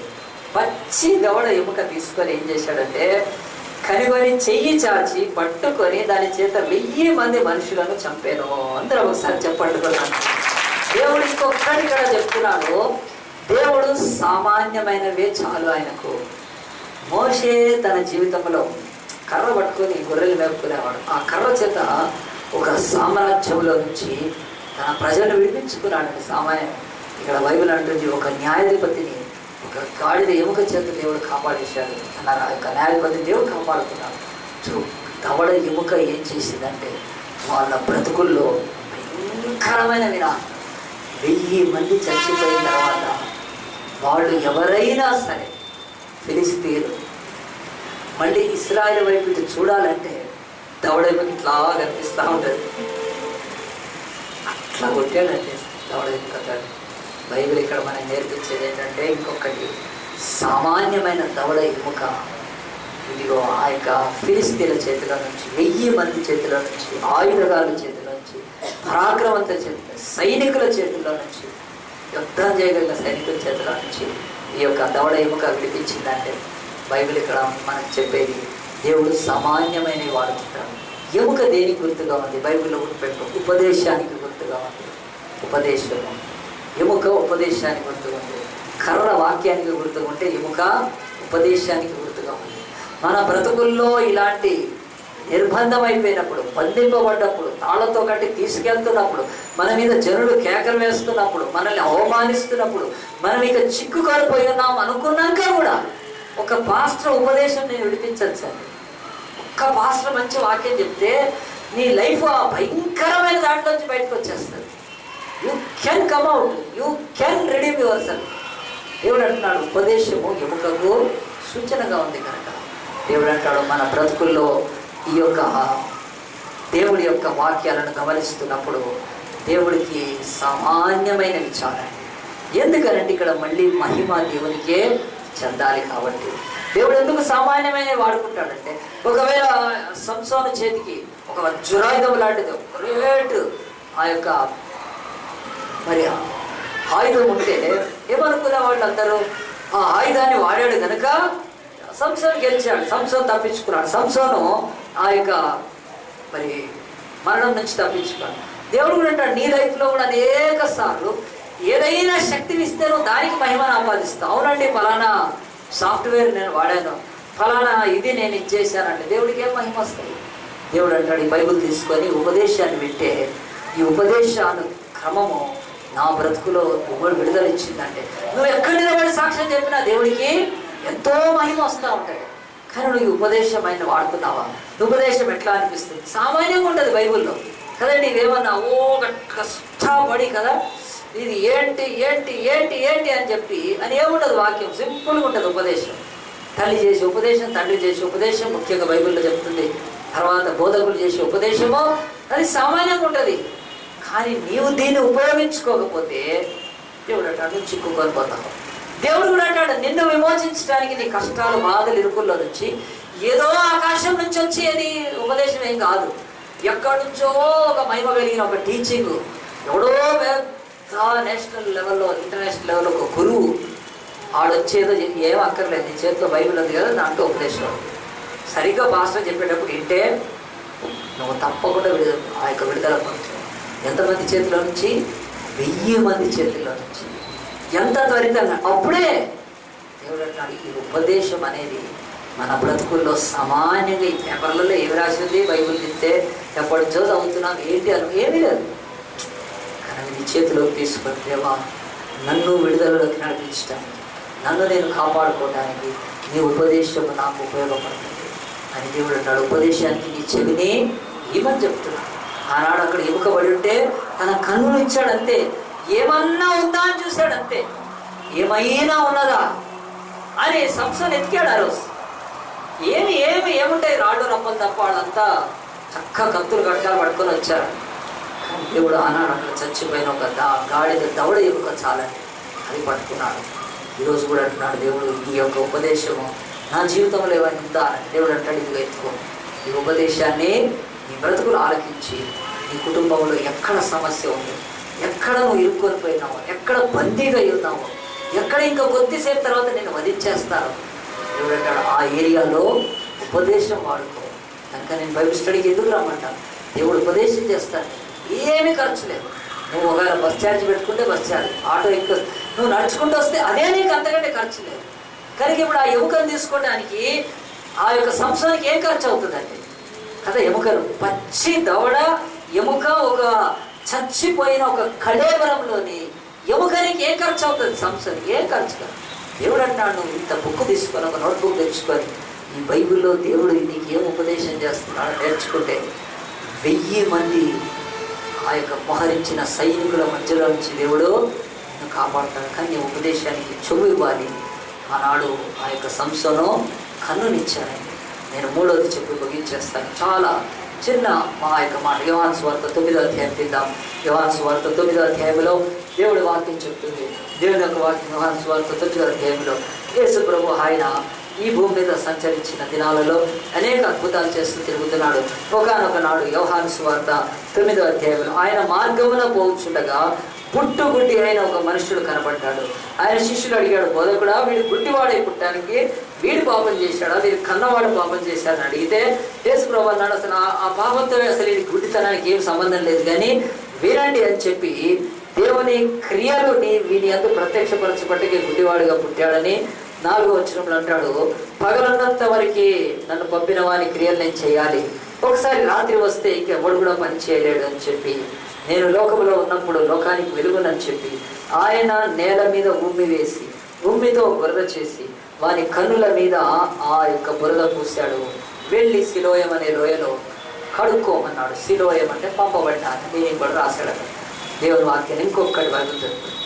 దేవుడు పుట్టు గుడ్డివాడికి కళ్ళు ఇవ్వడానికి ఏం వాడాడు, గుడ్డివాడు ఎదురయ్యాడు, వాడు దారిని ఆడిపోతున్నాడు. శిష్యులు ఊరుకోకన్నారు, ఏమన్నారు, వీడు గుడ్డివాడగా ఎందుకయ్యాడు కదా, వీడు పాపం చేసి గుడ్డివాడయ్యాడా, లేకుంటే వీళ్ళ అమ్మా నాన్న వీళ్ళు బాబు పాపం చేస్తే గుడ్డివాడుగా పుట్టాడు. రెండూ కాదంటున్నారు. అసలు నా క్రియలు నేను చేయడానికి గుడ్డివాడుగా ఉన్నాను. ఒక్కోసారి మన ఊహకు అందదు, కొంతమంది ఎందుకు అట్లా ఉంటారో అది దేవుడికే తెలుసు. మనం ఊరికైనా తీర్పు తెరచకూడదు, తొందరపడి ఎవరిని తీర్పు తెరచకూడదు. అట్లాడు ఆపాడు. ఆపి ఏం చేశాడు, కింద ఉమ్మేసాడు. ఉమ్మి తీసి ఆ యొక్క బురద చేసి, మరి దేవుడు కళ్ళు ఇవ్వడానికి చాలాసార్లు అయితే చేయలేదే, ఎప్పుడు చేయలేదు, ఒకసారే చేశాడు. ఇది ఒకసారి చేసింది కూడా పట్టుకొని కొంతమంది ఒక తప్పుడు ఏం చేస్తారు, ప్రభువా నీ చెవులో స్వస్థత ఉంది కదా, ఆ తర్వాత నీ ఉమ్ములో స్వస్థత, అది మంచి తప్పుడు ప్రార్థన. ఆయన ఉమ్ములో స్వస్థత ఉంటే ఆయన వెనక చాలామంది తిరిగేవాళ్ళు యేసు ఉమ్మంగానే పట్టుకోవడానికి. పిచ్చి మొహాలే కదా, ఆయన ఉమ్మలేని స్వస్థత. ఎందుకంటే పనికి మాలిన పాస్టర్లు అందరూ వాళ్ళకి ఇక నోటికి ఏది వస్తే చెప్పేస్తూ ఉంటారు. యేసు ప్రభువుని ఉమ్మనిచ్చేవాళ్ళు కదా ఎక్కడిగా, ఆయన పారిపోవాల్సి వచ్చేది ఉమ్మడానికి. ఎప్పుడైనా ఉమ్మేద్దామంటే కదండి, చక్కగా ఇంత పట్టుకునేవాడు రెడీగా, ప్రభా ఉమ్ము కదా అనేవాడు. అది పిచ్చి అంటే ఒక్కసారి తప్ప ఎక్కడే చేయలేదు యేసు ప్రభు. అసలు ఆ ఉమ్మలో కూడా ఏమీ లేదు. అసలు మన ఊరికనే యేసు ఉమ్ములో స్వస్థత ఉంది, ఆయన చెవులో స్వస్థత ఉంది. వెనక నుంచి ఒక ఆమె వచ్చి ముట్టుకుంది, 12 ఏళ్ల రక్తస్రావం గల స్త్రీ వచ్చి ఏం చేసింది, ఆయన చెవును ముట్టంగానే చెవులో స్వస్థత కదా. ఇవన్నీ ఏం పనికి మాలిన మాటలండి అసలు. మరి ఆయన చెవులో స్వస్థత ఉంటే ఆయన ఎన్ని చెవులు వేసుకోవాల్సి వచ్చేదో, ఎప్పుడు చూసినా చెవు మాయమైపోయింది కదా. ఫస్ట్ ఆయన చెవులోనే స్వస్థత ఉంటే ఏం చేసేవాడు, పేతురు కానీ యోహాను కానీ, అరే యేసు ప్రభు చెంగులో స్వస్థత ఉంది, ప్యాక్ చేసి కొరియర్లో పంపించేవాళ్ళు, తాగండి మీరు బాగవుతారు. చెంగులో స్వస్థత కాదు కదా, ఆయన మీద పడ్డవాళ్ళు కూడా స్వస్థత పడలేదు ఆ రోజు. ఆ కొద్ది బుద్ధి జ్ఞానం కూడా ఎంతోమంది ప్రీచర్స్కు లేకుండా పోతుంది ఈరోజు. విశ్వాసులు వదిలేయండి, విశ్వాసులు అయితే గొర్రెలు కనుక ఆయన చెంగులో ఎట్లా స్వస్థత ఉండేది. చెంగులో స్వస్థత ఉంటే ముక్కలు చేసి అమ్ముకునేవాళ్ళు, ఖర్చీఫ్లు అమ్ముకుంటున్నట్టు పనికి మాట్లాడు అంటదా అండి. ఆమె ఒక్కటే స్వస్థత అయింది. అసలు యేసు ప్రభు చెంగులో స్వస్థత ఉంటే యేసుప్రభు తాకిన వాళ్ళంతా స్వస్థపడిపోవాలి. ఏం కాలేదు. యేసుప్రభు ఒక కండిషన్ పెట్టాడు స్వస్థతకి, ఫెయిత్, విశ్వాసం ఉండాలి. ఆ స్త్రీ యేసును విశ్వాసంతో తాకింది అంతే తప్ప చెంగులో ఏమి స్వస్థత లేదు. అది పిచ్చి భ్రమ కనుక అక్కడ చెంగులో స్వస్థత, ఇక్కడ భూమిలో స్వస్థత. ఎందుకంటే వాక్యం చెప్తే ఆ యొక్క శక్తి లేక వీటి మీద ఆధారపడ్డదండి. ఇదిగో ఉమ్ము అని తాగుమని పాస్ చూస్తే అందరు అడిగిపోతారు ఒక్కొక్కడు కదా. ఏ పిచ్చి పిచ్చి బోధన చేస్తా ఉంటారు. ఆయన ఉమ్ములో ఉన్నాయి కదా. ఇవన్నీ కూడా బయట చెప్తుంది. మనం అది కాదు నేర్చుకోవాల్సింది. అక్కడ దేవుని యొక్క వాక్యంలో మనం చూస్తే నేర్చుకోవాల్సింది, దేవుడు ఆయన వాడికి స్వస్థత ఇవ్వడానికి కళ్ళకు జస్ట్ తడి చేశాడు కనుక దానికి బురద అంటిస్తున్నాడు అంతే. ఈరోజు మరి యేసుప్రభు ఆ యొక్క కళ్ళు ఇవ్వటానికి ఇక్కడి నుంచి నువ్వు లేచి ఫలానా పర్వతానికి వెళ్ళి కదా సంజీవిని మొక్క తీసుకురా, చలో కథ వెళ్ళిపోతాడు. పోయి ఎట్లా తీసుకొని రమ్మన్నాడు. అది కట్టికి పోయడానికి ఆ బలాము ఈ బలాము ఎన్ని దొరుకుతున్నాయండి పూసేవి. యేసుప్రభు ఆయన శిష్యులంతా పొద్దున్న లేస్తే దంచుకుంటూ కూర్చున్నారు ఆ మలాములన్నీ కదా పెట్టుకొని. ఏమీ లేదు. ఈరోజు ఎవడైనా స్వస్థత అది అంటే ఎవడికో ఏదో తెచ్చుకోవాలి కానీ మన యేసుప్రభుకి అది అవసరం. అసలు స్వస్థత ఉన్న ఆటంకాన్ని తొలగించడానికి ఆయన పనిచేశాడు. వాడు యూదుడే, వాడు దేవుని బిడ్డే, కానీ వాడు సరిగ్గా లోబడడు దేవునికి. కనుక వాడికి ఒక చిన్న ఇది పెట్టాడు. ఏంటంటే ఉమ్ము వేసి బురద పూసి నువ్వు వెళ్ళు అన్నాడు. వెళ్ళి కడుక్కుంటే నీళ్ళు వస్తాయి తప్ప ఆయన ఉమ్ములో స్వస్థత ఉందనంటే వాళ్ళకే అడగాలి. ఉమ్ములో స్వస్థత ఉంటే వాడు కడుక్కోకముందే రావాలిగా. మరి ఉమ్ము పోయంగానే కడుగుతారు. యేసుప్రభు కూడా చాలా మంది గుడ్డోళ్ళు వచ్చారు అని చూసి ఇట్లా అని పూస్తే అందరికి కళ్ళు వచ్చేస్తారు. ఏది అజ్ఞానంతో మాట్లాడతారో అర్థం కాదు. ఉమ్ములో స్వస్థత ఉంటే మరి అడిగి పెట్టగానే రావాలి కదా, రాలేదు. అంటే బైబిల్ చెప్తుంది ఆయన ఉమ్ములో ఏమి స్వస్థత పెట్టలేదు. ఉమ్ము మాత్రం తడపడానికి, లేకపోతే అప్పటికి యేసుప్రభు ఆ బురద చేయడానికి పెట్టాడు. వాడికి బురద ఉంటే అది బురద ఏమవుతుందంటే కొంచెం డ్రై అవుతుంటే కళ్ళు టైట్ అవుతూ ఉంటాయి. వాడు వెళ్ళి తొందరగా కడుక్కోవాలని ఆ యొక్క ఆశతో వెళ్ళాలని చెప్పి దేవుడు పెట్టాడు. సో మనం ఆ సందర్భాన్ని వదిలేద్దాం. కానీ దాంట్లో ఇంకా చాలా సంగతులు బయటకు వస్తాయి, చాలామంది వినలేని సంగతులు వస్తాయి కనుక అలాంటి వదిలిపెట్టి ఇప్పుడు గుర్తుపెట్టుకోండి. ఉమ్ములో స్వస్థలేదు. ఆయన వాడుకున్నది చెప్తున్నాను. ఉమ్ము సామాన్యమైంది కదండి. ఆ తర్వాత ఆ మట్టి సామాన్యమైంది. ఆయన ఎక్కడి నుంచో ఏదో తెచ్చి స్వస్థపరచడానికి అవసరం లేదు. దేవుడు వాక్యం చెప్తుంది ఈరోజు ఆ యొక్క గుడ్డివాడి కన్నులు తెరవటానికి దేవుడు వాడిన ఈ యొక్క సామాన్యమైన ఈ భూమి మీదే రోజు నడుస్తారు. ఈ మట్టికి ఏమేమి ఎలా ఉండదు, కానీ దాన్ని తీసుకొని దేవుడు సామాన్యంగా ఒక గుడ్డివాడి కన్ను తెరిపించినప్పుడు ఆ గుడ్డివాడికి కన్నులు లేవు కనుక వాడు కొద్దిసేపు అక్కడ నిలబడ్డప్పుడు యేసుప్రభు దగ్గర వాడు గమనించడానికి ఊయటము తెలుస్తుంది. గుడ్డివాడికి కూడా కొంచెమైన శబ్దం వస్తే. రెండవది ఆయన మట్టి తీసుకొని ఆ మట్టిని బురద చేసినప్పుడు ఓహోయిన ఉమ్మి వీసి మట్టి తగులుతుందని. గుడ్డివాడికి కన్ను లేకపోవచ్చు కానీ చెవుడు ఉంటుంది, ఆ యొక్క వినికిడి శక్తి స్పర్శ ఉంటుంది. సో ఆ స్పర్శలోకి అతన్ని తీసుకొని వచ్చి యేసు తాకి అతన్ని పంపించేశాడు. బైబిల్ ఈ రోజు వరకు చెప్తుంది మన జీవితాలలో సామాన్యమైన మట్టిని తీసుకొని దేవుడు ఆయన ఏం చేస్తున్నాడంటే ఇదిగో కళ్ళు తెరిపిస్తున్నాడు. ఈరోజు మానవ బ్రతుకులమైన మనలందరి ఆత్మీయ నేత్రాలను తెలియడానికి యేసు కూడా ఆత్మయుండి ఆయన మట్టిలో మమేకమయ్యాడు. అర్థమవుతుందండి. మరియ గర్భంలో యేసుప్రభు పుట్టాడంటే ఏంటి? ఈ మట్టి శరీరాన్ని ధరించుకున్నాడు యేసుప్రభు. మహిమలో ఉండే యేసుప్రభువు ఈ మట్టి శరీరాన్ని ఆయన ధరించుకున్నాడు. బైబిల్ అంటుంది యేసు శరీరధారి అయ్యాడని, సామాన్యమైన ఒక నజరేతులో పుట్టాడని, పేదవాళ్ళైన ఒక మరియా యోసేపుల కుటుంబంలో పుట్టాడని, ఆయన యొక్క సామాన్యమైన జీవితంతో సమానమైన ఈ ప్రపంచంలోని మహా మేధావులు శక్తివంతులకు మించి యేసు రక్షణ తీసుకొని రావడానికి ఆ భూమిని ఆ యొక్క నేలను దేవుడు వాడుకున్నట్టుగా యేసుక్రీస్తును మంటిలోంచి తయారు చేశాడు. ఈరోజు ఇంకొక వారం అయితే మొత్తం మట్టి బొమ్మలు పెడతారు. ఏ మట్టి బొమ్మలో కూడా ప్రాణం ఉండదండి. కానీ యేసు ప్రభు మంటిలోనికి వచ్చిన ఆత్మదేవుడు కనుక ఆయన అంటున్నాడు సామాన్యమైన ప్రజలతో సుంకర్లతో తిరిగాడు. ఆయన పాపులతో లేకపోతే ఆ యొక్క లోకంలోని అట్టడుగు వర్గాలతో తిరిగి ఆయన అంటున్నాడు ఇదిగో నా కుమారుణ్ణి మీ కొరకు ఇచ్చారు కనుక ఆయన రక్షణలో మీ జీవితాలలో ఈ మట్టిలో నుంచే మనలాగా ఆ యొక్క మట్టి శరీరాన్ని ధరకు పుట్టిన ఆయన ఏమి చేస్తాడంటే గుర్తుపెట్టుకోండి, మన ఆత్మీయ నేత్రాలను తెలుస్తాడు. ఒకసారి చప్పట్లు కొట్టి దేవుని సన్నిధిలో ఈ లోకములో మహాతత్వవేత్తలు కొన్ని వందల సంవత్సరాల క్రితము ఎంతో పెద్ద బోధన చేసినాడు. ఎవ్వడు మనిషి యొక్క ఆత్మీయ నేత్రాలను తెలవలేదండి. మట్టి ఇంత ఉమ్ము వేసి ఆ ఉమ్ములోంచి తీసిన మట్టిని పూస్తే గుడ్డోడు కళ్ళెట్టు వచ్చినాయో, నజరేతులో మట్టిలో పుట్టి మన కొరకు పెరిగిన యేసుక్రీస్తు యొక్క శరీరము ఛిద్రం అయిపోయిన తర్వాత లోకానికి దేవుడు ఆయన సత్యాన్ని బయలుపరుచుకున్నారు. ఆయన ఈ యొక్క నేత్రాల దేవుడు అంటే ఏంటో తెలుసుకునే ఆ యొక్క చూపును దేవుడు మనకి ఇచ్చాడు. ఎన్ని విగ్రహాలు చూసినా, ఎన్ని బొమ్మలు చూసినా, దైవాన్ని సృష్టిలో, ప్రకృతిలో, సూర్యుడిలో ఎక్కడెతికినా దొరకలేదు. కానీ మట్టిలో నుంచి తీసి ఆ యేసుక్రీస్తును మట్టి ముద్దగా ఆ యొక్క శిలువలో చంపేసిన తర్వాతనే యేసు ప్రభువు యొక్క శరీరంలోంచి కారిన రక్తము నీళ్ళ తర్వాత సిలోయం లోయ కాదు, అది కల్వరి ఆ యొక్క పర్వతం మీద దేవుడు మానవ జాతి కళ్ళు తెరిపించాడు. సామాన్యమైన యేసుప్రభు.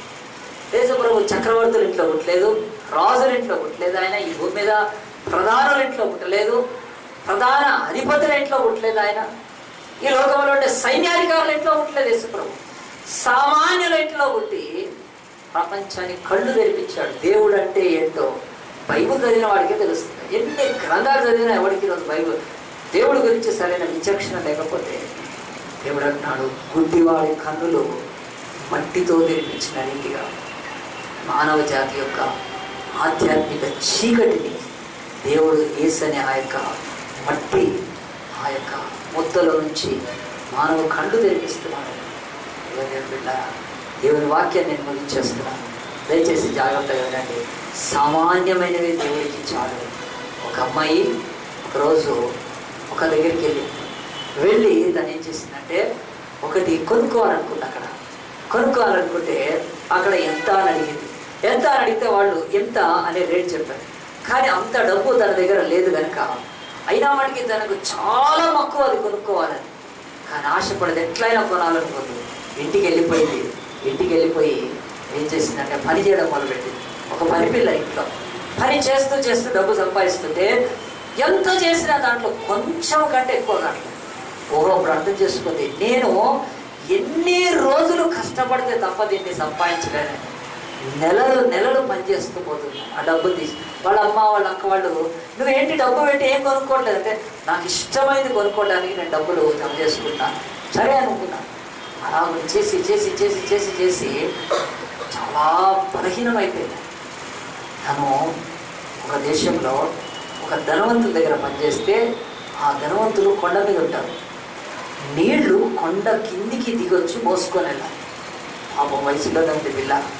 కానీ తన ఆశ కొరకు ఏం చేస్తుందంటే కొండ కిందికి వచ్చి నీళ్లు మోసుకొని పోయి అలాగున పనిచేస్తూ ఇంకొంచెం డబ్బులు ఎక్కువ కొరకు ఇంకా కష్టపడి పనిచేస్తూ ఒకరోజు జ్వరం వచ్చి సొమ్మసిల్లిపోయింది.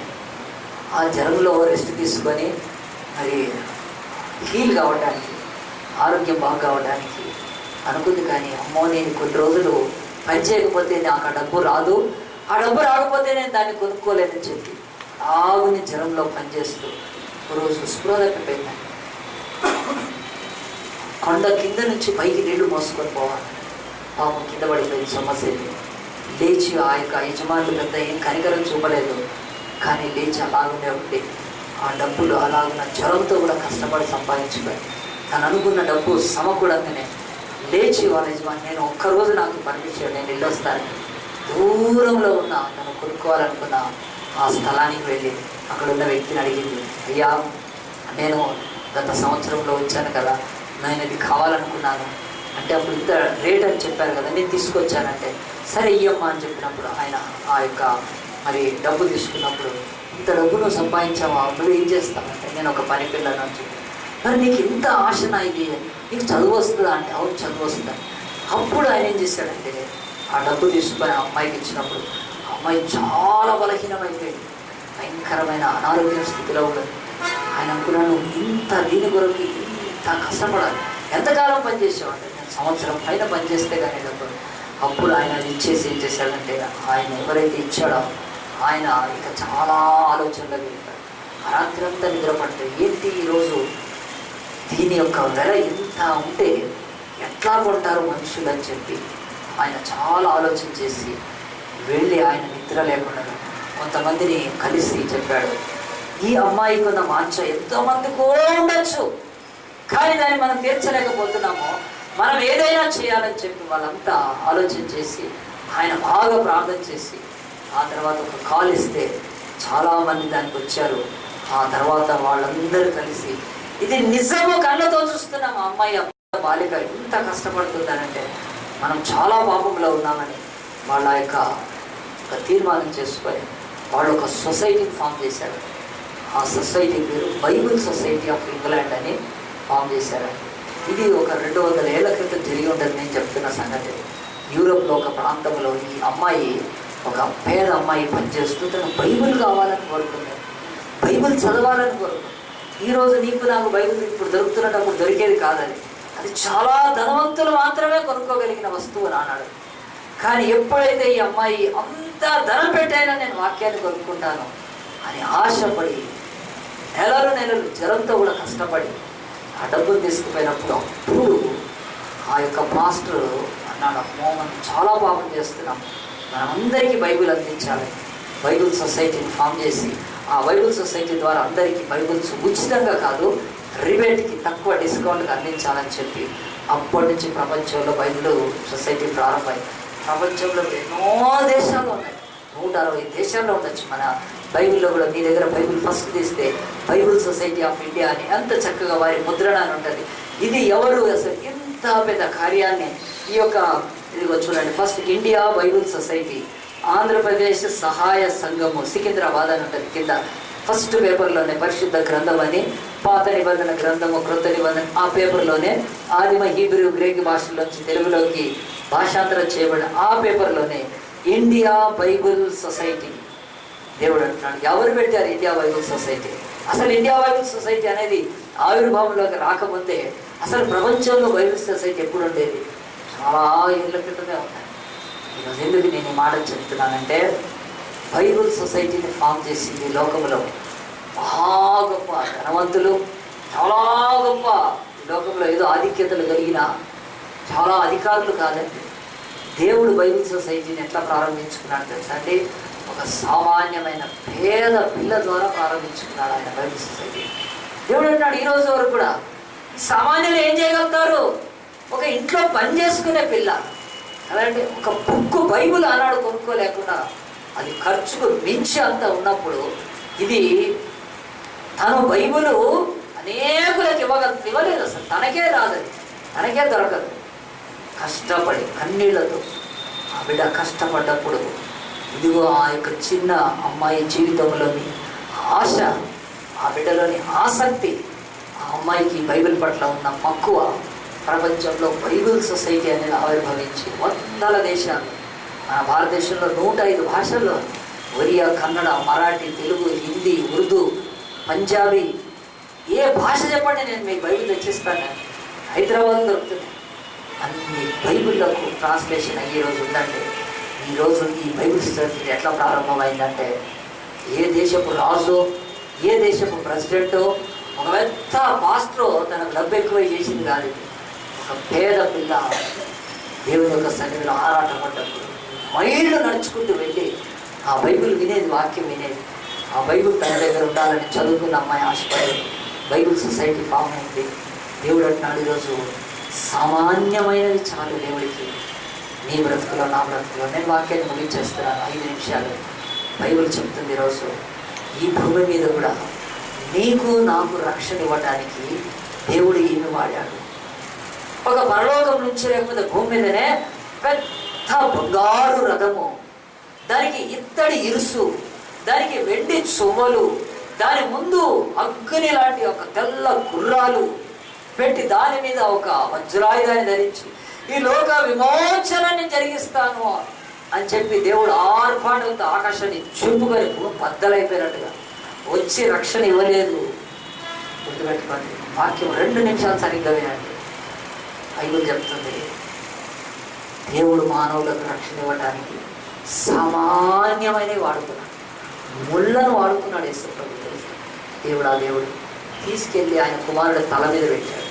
ముళ్ళు ఎంత సామాన్యమైనవి, దాదాపు ముళ్ళు ఎవరు కొనుక్కోరు, ముళ్ళ చెట్లు ఎవరు కొనుక్కోరు, అవి పడి ఉంటాయి. నరుక్కొని కావాలంటే ఎండబెట్టి పొయ్యిలో పెట్టుకో. దేవుడు అంటాడు, నేను లోకానికి రక్షణ ఇచ్చినప్పుడు వజ్రాలతో, వెంగులతో, బంగారులతో, ఇక దేంతో కాదు, ముళ్ళతో ఇచ్చాను నేను రక్షణ. ముళ్ళను వాడుకున్నాను. యేసు తల మీద ముళ్ళు పెట్టినాయి. ఈరోజు మానవులకు విమోచన అక్కడి నుంచే స్టార్ట్ అయింది. మన తలలు చెడిపోయి, మన ఊహలు చెడిపోయి, మన పాపాలతో తల 1000 బద్దలై చక్కలు కావాల్సిన ఈ తలకు రావాల్సిన శిక్షణ యేసు మీద తల మీద ముళ్ళ కిరీటం పెట్టాడు. వాడుకున్నాడు దేవుడు. అంతే సామాన్యమైన ముళ్ళను లోక విమోచన కొరకు వాడుతున్నాడు దేవుడు. మీరు అనుకోవద్దు సామాన్యమైనవి, పనికిరానివి, తేలికైనవి, వెళ్ళలేనివి, తర్వాత చీపువి అంటే దేవుడు అంట నాకేమీ లేదు. సామాన్యమైన ముళ్ళను మానవ జాతి పాప విమోచన కొరకు తల మీద పెట్టాడు దేవుడు యేసు ప్రభు మీద. ఆలోచిస్తున్నారా? రెండవది, యేసు ప్రభుని సిలువ వేసి దేనికంటే కర్రలకు వేసారు. 2 కర్రలు ఏం కాస్తుంటాయండి? ఒక అడ్డకర్ర, నిలువు కర్ర, ఒక కొయ్యలవి, పచ్చి కొయ్యలు, దొంగలేసే కొయ్యలు. దేవుడు అన్నాడు, నేను వాటిని వాడుకొనే రక్షణ ఇస్తాను. వేల రథాలు కాదు, వెండి బంగారాలతో అవసరం లేదు. ఒక నిలువు కర్ర, ఒక అడ్డకర్ర ప్రపంచం మీద నేర స్థాపన చేస్తూ దేవుడు అన్నాడు, ఇదో ఈ కర్రలో ఉన్న వ్యక్తిని, ఈ కర్ర మీద నీ మోసిన శాపాన్ని నేను నమ్మితే లోకానికి విమోచన. తీసుకుపోయి లక్షలు కుమరిస్తున్నారు ఈరోజు దేవాలయాల్లో. తీసుకొని పోయి ఎంతో తమ సంపద తీసుకుపోయి దేవుడికి ఇచ్చిన ఎవరికి విమోచన లేదు. ఇక్కడ నుంచి కేదార్నాథ్ అని, బద్రీనాథ్ అని ఎంతో దూరం పోతున్నారు. దేవుడు అంత దూరం వెళ్ళక్కర్లేదు. ఆయన ఒక కర్ర మీద రక్షణ జరిగించాడు. కర్ర ఏం విలువ ఉందండి? దేవుడు అంటాడు, సామాన్యమైన కర్రల్ని వాడుకున్నాడు ఆయన నీ రక్షణ కొరకు, నా రక్షణ కొరకు. ఆయన హంస తులికల మీద, ఆ పెద్ద గద్దెల మీద, పాన్పుల మీద, వజ్రాల వైడూర్యాలతో చెక్కిన సింహాసనాల మీద కూర్చొని చేయలేదు ఆయన రక్షణ విమోచన కార్యం. Simple on the cross, it's a wood. ఒక నిలువు కర్ర, అడ్డకర్రతో దేవుడు లోక విమోచన జరిగించాడు. ఎందుకు చెప్తున్నాను నేను? ఒక కర్రను వాడుకొని ఇశ్రాయేలును ఎట్లా మోషే ద్వారా నడిపించాడు, ఈ కర్రలను దేవుడు వాడుకొని లోక పాప శాపాలను నేటికి విడుదల చేశాడు సిలువను. నీకు తెలియాలి దేవుడు ఎంత సింపుల్ వాడు. ఆ తర్వాత ఇంకా సింపుల్, మేకులు. యేసు ప్రభు చేతుల్లో మేకులు ఏమి లేదంట. మనం ఏదైనా మన ఇంట్లో పనికిరాదంటే పడేసేది ఇనిమే, పాత సామాన్లోకి వేసేది ఇనిమే. ఎక్కడ పడితే అక్కడ పడి ఉంటాయి. ఈ బిల్డింగ్లో కూడా కిందికి వెళ్ళండి, ఎక్కడో తెలియతే ఎనుకో మొక్క దొరుకుతుంది. దేవుడు అంటాడు, మానవ విమోచన ఇవ్వడానికి నేను ఏం వాడాను? సామాన్యమైన మేకులను వాడాను. నీ పాపాలు దిగబట్టాను ఆయనకు, అంతే. ఆయన ఈ రక్తం కారిపోతున్నా నేను వాడింది సామాన్యమైన మేకులే, ఏమో దెమ్మలేదు. నేను సింపుల్ నెయిల్స్ దేవుడు వాడాడు. ఆయన వాడుకున్నాడు. ఆయన లోక విమోచన ఇవ్వడానికి ఏం చేయాలి? పెద్ద బలిపీఠం కట్టి దాని మీద నెయ్యి పోసి, దాంట్లో నూనె పోసి, దాంట్లో అగ్ని హోత్రంలాగా పెద్ద యజ్ఞాలు చేసి ఏదో తగలబెట్టి చేసేది ఏమీ లేదు లోకానికి. సింపుల్ థింగ్స్ ఈ యూజ్డ్. ఆ యొక్క మేకులను ఆయన వాడుకొని ఆయన లోకంలో మనుషులకు విడుదల ఇచ్చేసాడు. ఆయన కాళ్ళల్లో కూడా మేకులు ఉన్నాయి. ఇంకోటి చాలా సామాన్యమైనది, రోగాలు రోగాలు రోగాలు రోగాలు రోగాలు మనుషులకు. ఒక రోగం పోతే ఇంకొక రోగం. ఈరోజు ఆఫ్రికాలో ప్రబలుతున్న రోగం పేరు తెలుసా? ఎబోలా. అది అక్కడ వాళ్ళకు తబోలా చూపిస్తుంది కదా, అది ఎబోలా అనే ఒక రోగం. అంటే ఇన్ని రోగాలకు మనుషులకు దేవుడు ఏం చేశాడండి? ఆయన ఒక పెద్ద ఉద్యానవనాన్ని తీసుకొని వచ్చి దాంట్లో అన్నీ కూడా వనమూలికలు పెట్టి దానికి ఒక పెద్ద ఇచ్చేసి, మీరు వెళ్ళండి అక్కడ పొయ్యి కదా, అక్కడ కూర్చొని కాళ్ళలో కాలు ఇరికించుకొని యోగా చేయండి, అది పిలవండి అని చెప్పి దేవుడు ఏం రోగాలు ఆసనాలోచనలు అనలేదు. నీ బ్రతుకులో రోగాలకు విడుదలకు ఆయన ఒక సామాన్యమైన కొరడాను వాడాడు యేసు ప్రభు శరీరం. 39 సార్లు కొట్టేశారు యేసు ప్రభు శరీరం. ఈరోజు ఏ దేవుడైనా, ఏ దేవత అయినా ఈ లోకంలో స్వస్థత రావాలంటే ఏం వాడుతున్నారు? ఏదో దేమంటారు మనల్ని. దేవుడు ఏం అక్కర్లేదు అసలు తేవాల్సింది. సింపుల్, ఆయన యొక్క శరీరము కొరడాలతో చీల్చబడ్డప్పుడు కొరడాతో స్వస్థత వచ్చింది ఆ గాయాల నుంచి. ఇంగ్లీష్లో సరికొద్ది, తెలుగులో లేదు కానీ బైబిల్ చెప్తాడు, హిస్ స్ట్రైప్స్ హీల్డ్ us. ఆయన స్ట్రైప్స్ అని ఉన్నాయి. తెలుగులో వేరు ఉంది కానీ ఇంగ్లీష్లో చాలా బాగుంది. అంటే ఆయన మీద కొట్టిన స్ట్రైప్స్ ఏవైతే కొట్టారో అది మానవ జాతి. ఎన్ని రోగాలకు విడుదల ఏంటి? సింపుల్. దేవుడు అంటాడు నేను ఏదో పెద్ద ప్రపంచానికి. అదిగో ఆయన శరీరం మీద కొరడా వాడారు, రోగాలు విడుదలైపోయి. ఎయిడ్స్ లాంటి వాళ్ళు, ఎయిడ్స్ వచ్చిన వాళ్ళు మారి స్వస్థత పొంది పాజిటివ్ రిపోర్ట్స్ చర్చికి చూపించి ఈ దేవుడే మాకు దేవుడు, ఏ దేవతలైతే చెత్త దేవుడు దేవతలని వదిలిపెట్టేసి ప్రాణం పోయినా సరే మీరొద్దు, నీ కులం వద్దు, నీ జాతి వద్దు, మీతో సంబంధాలు వద్దు, మాకు పెళ్ళిళ్ళు పేరెంటాలకు పిలవకపోయినా పర్వాలేదు. ఆ స్వామి మమ్మల్ని ఎయిడ్స్ నుంచి రక్షించాడు. మా పిల్లలతో ఈరోజు మేము బతుకుతున్నామని ప్రపంచం అంతా కూడా స్వస్థతలు జరుగుతున్నాయి. ఎట్లా? దేవుడు కొరడా వాడాడండి. అంటే దేవుడు బిడ్డారు. ఎందుకు నేను ఈ మాటలు చెప్తున్నానంటే బైబిల్లో ఒక వచనం చూపించి నేను ప్రార్థన చేస్తాను. ఈ లోకంలో దేవుడు సామాన్యమైన వాడుకునేవాడని నీ జీవితంలో ఈ రోజైనా నేర్చుకొని నీ జీవితాన్ని యేసు ప్రభువుకు సమర్పించుకొని నీ జీవితంలో నేను సామాన్యుడిని, నాతోటి ఏమీ కాదంటే నీతోటే అవుతుందని దేవుడు మరీ పేరు పెట్టి పిలుస్తున్నాడు. కానీ కొరింథీయులకు రాసిన మొదటి పత్రిక 1వ అధ్యాయము ఈ వచనం చదవగానే మోకాళ్ళని అందరం ప్రార్థన చేద్దాము. దేవుని యొక్క సన్నిధిలోనే చదువుతాను, జాగ్రత్తగా వినండి. కొరింథీయులకు రాసిన మొదటి పత్రిక 1వ అధ్యాయము 26వ వచనం. సహోదరులారా, మిమ్మల్ని పిలిచిన పిలుపుని చూడండి. దేవుడు మిమ్మల్ని పిలిచాడు. ఎట్లా పిలిచాడంటే నన్నెవరు పిలిచారు అనుకోవద్దు, సువార్తనే పిలుపు. సో మీరు గాస్పల్ వినడం అంటే దేవుడు మిమ్మల్ని పిలడము. ఆ గాస్పల్ అంటే ఏంటి? యేసు నీ కొరకు చనిపోయాడని క్రైస్తవ మత ప్రచారం అనుకోండి, అంతే. ఇక సరిగ్గా భాషలో చెప్తే క్రైస్తవులు మత ప్రచారం చేస్తారు అనుకుంటున్నటువంటి ఆ మాటనే ఇక్కడ దేవుడు పిలుపు అంటాడు. ఇదిగో దేవుడు సహోదరులారా మిమ్మల్ని పిలిచిన పిలుపు చూడండి. మీలో లోకరీతినే జ్ఞానులైనను మొదటి కేటగిరీ, రెండవది ఘనులైనను గొప్ప వంశం వారైనను అనేకులు పిలవబడలేదు. కానీ ఏ శరీరయు దేవుని ఎదుట అతిశయించకుండానట్లు జ్ఞానులను సిగ్గుపరచుటకు లోకము నుండి వెర్రి వారిని దేవుడు ఏర్పరచుకొని ఉన్నాడు. ఎక్కడైనా మనం అప్లికేషన్ చదువుతాం కదా, రిక్వైర్మెంట్ ఏమని ఇస్తారు? ఎక్కడైనా ఇచ్చారా రిక్వైర్మెంట్? క్రేజీ ఫెలోస్ అని కదా, ఫూల్స్ అని ఇచ్చారా అంటే ఎక్కడైనా? వీ వాంట్ ఫూల్స్ కదా, ఇప్పుడు వీ వాంట్ డ్రైవర్స్ అని ఉంటాయి. వీ వాంట్ ఇంకా చెప్పండి ఏముంటాయి కదా, we want cook, we want ఏదో అని చెప్తా ఉంటారు కదా. ఎక్కడైనా బోర్డు చూసారా అండి? వీ వాంట్ ఫూల్స్ అంటే అమ్మో ఇదే ఈడేం చేస్తాడో భయపడతారు కదా. అసలు ఫూల్స్ ఎవరైనా తీసుకుంటారా అండి తెలుగులో? దేవుడు ఏమన్నా నేను తెలుగులోనే పిలుస్తున్నాను బాబు అంటాడు. దేవుడు అన్నాడు నాకు వాళ్ళే కావాలి, నాకు అంత సింపుల్గా అంటున్నాడంటే. వేరే వారనే మాట అర్థమో ఫూల్స్, లేకపోతే ఏమి జ్ఞానం లేని వాళ్ళని, పాపం అమాయకులు లాంటి వాళ్ళని ఏమి తెలియదు. ఇదిగో జ్ఞానం సిగ్గుపడి లోకంలో వెర్రి వారిని దేవుడు ఏర్పరచుకున్నాడని చెప్పి బలవంతులైన వారిని సిగ్గుపరచడానికి లోకంలో బలహీనులైన వారిని దేవుడు ఆయన ఎవరిని సెర్చ్ చేస్తుంటాడు? బలహీనులను సెర్చ్ చేసి ఎక్కడున్నా బక్కోళ్ళు అని చెప్తుంటాడు. అట్లుంది కదా. అంటే లావోళ్ళు వద్దనే కాదు, బలహీనులు అంటే అది కాదండి కదా. లోకంలో బలహీనులండి, పాపం ఆర్థికంగా బలహీనం అయిపోయిన వాళ్ళు కదా, అనేక రకాలుగా బలహీనులైన వాళ్ళు. అందుకు తర్వాత దేవుడు ఏర్పరచు ఎన్నికైన వారిని, అంటే ఎలక్షన్స్లో ఊరికైనా ఎన్నిక అవుతా ఉంటారు కదా డబ్బులు పెట్టి, వాళ్ళని వ్యర్థం చేయడానికి లోకంలో నీచులైన వారిని, నీచులు అంటే చెడ్డవాళ్ళని కాదు, నీచులు అంటే తక్కువ వాళ్ళని, పనికిరాని వాళ్ళని, డబ్బులు లేని వాళ్ళని, డబ్బులుండి ఎలక్షన్లో ఎన్నికైన వాళ్ళలాగా అనేకులు ఉంటారు. వాళ్ళ కేటగిరీస్ మనకి పొద్దు. కానీ దేవుడు అంటాడు చివరికి అంటాడు తృణీకరింపబడిన వారిని. ఎవరు అంటరాని వాళ్ళను ఈ లోకంలో దేవుడు ఫస్ట్ కోరుకుంటాడంట. అంటరాని వాళ్ళు, కులం చెప్పుకోవడానికి, ఒక అగ్రకులాల వాళ్ళ యొక్క వీధుల్లోకి వెళ్ళటానికి, వాళ్ళ పక్కన కూర్చోటానికి, వాళ్ళు తాగే నీళ్ళ గ్లాస్ పట్టుకోవడానికి భయపడే వాళ్ళు ఉన్నారు చూడు ఈరోజు. తృణీకరింపబడిన వారు, అంటరాని, అన్టచబుల్స్ అన్నది ఇంగ్లీష్లో. తృణీకరింపబడిన వారు, ఎన్నిక లేని వారిని దేవుడు ఏర్పరచుకొని ఉన్నాడు. ప్రియ దేవుని బిడ్డలారా, దేవుడు ఈరోజు ఒకటే అడుగుతున్నాడు, నీ జీవితంలో నీ ఏర్పాటు నీ సొంతంది కాదు. నేను బలహీనుణ్ణి, సామాన్యుణ్ణి, నా దగ్గర ఏమీ లేదనుకుంటే ఫస్ట్ అలాంటి వాళ్ళ మీదనే గాడ్స్ కాల్, గాడ్స్ ఆ యొక్క చాయిస్ వాళ్ళ మీద ఉంటుంది. కనుక దేవుడు ఇక్కడ మనందరి ముందు ఈరోజు ఒక అపోహను మనము తొలగించుకోవాలి. అందు గురించి ఈరోజు వాక్యాన్ని ధ్యానించాం. ఇక నేను బ్రతికినన్ని రోజులు, as long as I live on the earth, I will never say God wants powerful men, God wants rich men. I will change. నేను ఈ మాటలో నా బతుకులో మార్చుకుంటాను. దేవుడికి ఏది ఇష్టమో బైబిల్ చెప్పేస్తుంది. దేవుడు మోషే గురించి చెప్పినప్పుడు 40, 50, 60 ఏళ్ళకి అనుకున్నాడు. ఏమీ లేదు.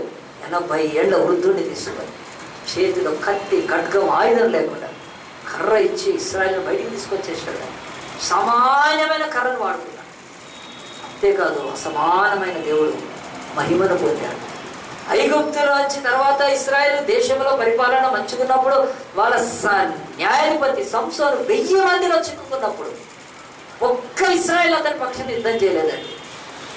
అయ్యో మా సంసోనే కానీ దిక్కుమాలిన వాళ్ళు అడుక్క తినేవాడు చెప్పాలంటే ఇశ్రాయేల్ భ్రష్టులుగా బతుకుతున్నారు. ఆ రోజు దేవుడు అంత మంచి న్యాయాధిపతిని ఇచ్చిన వదిలేశారు పాపం సంసోన్ని అప్పచెప్పి.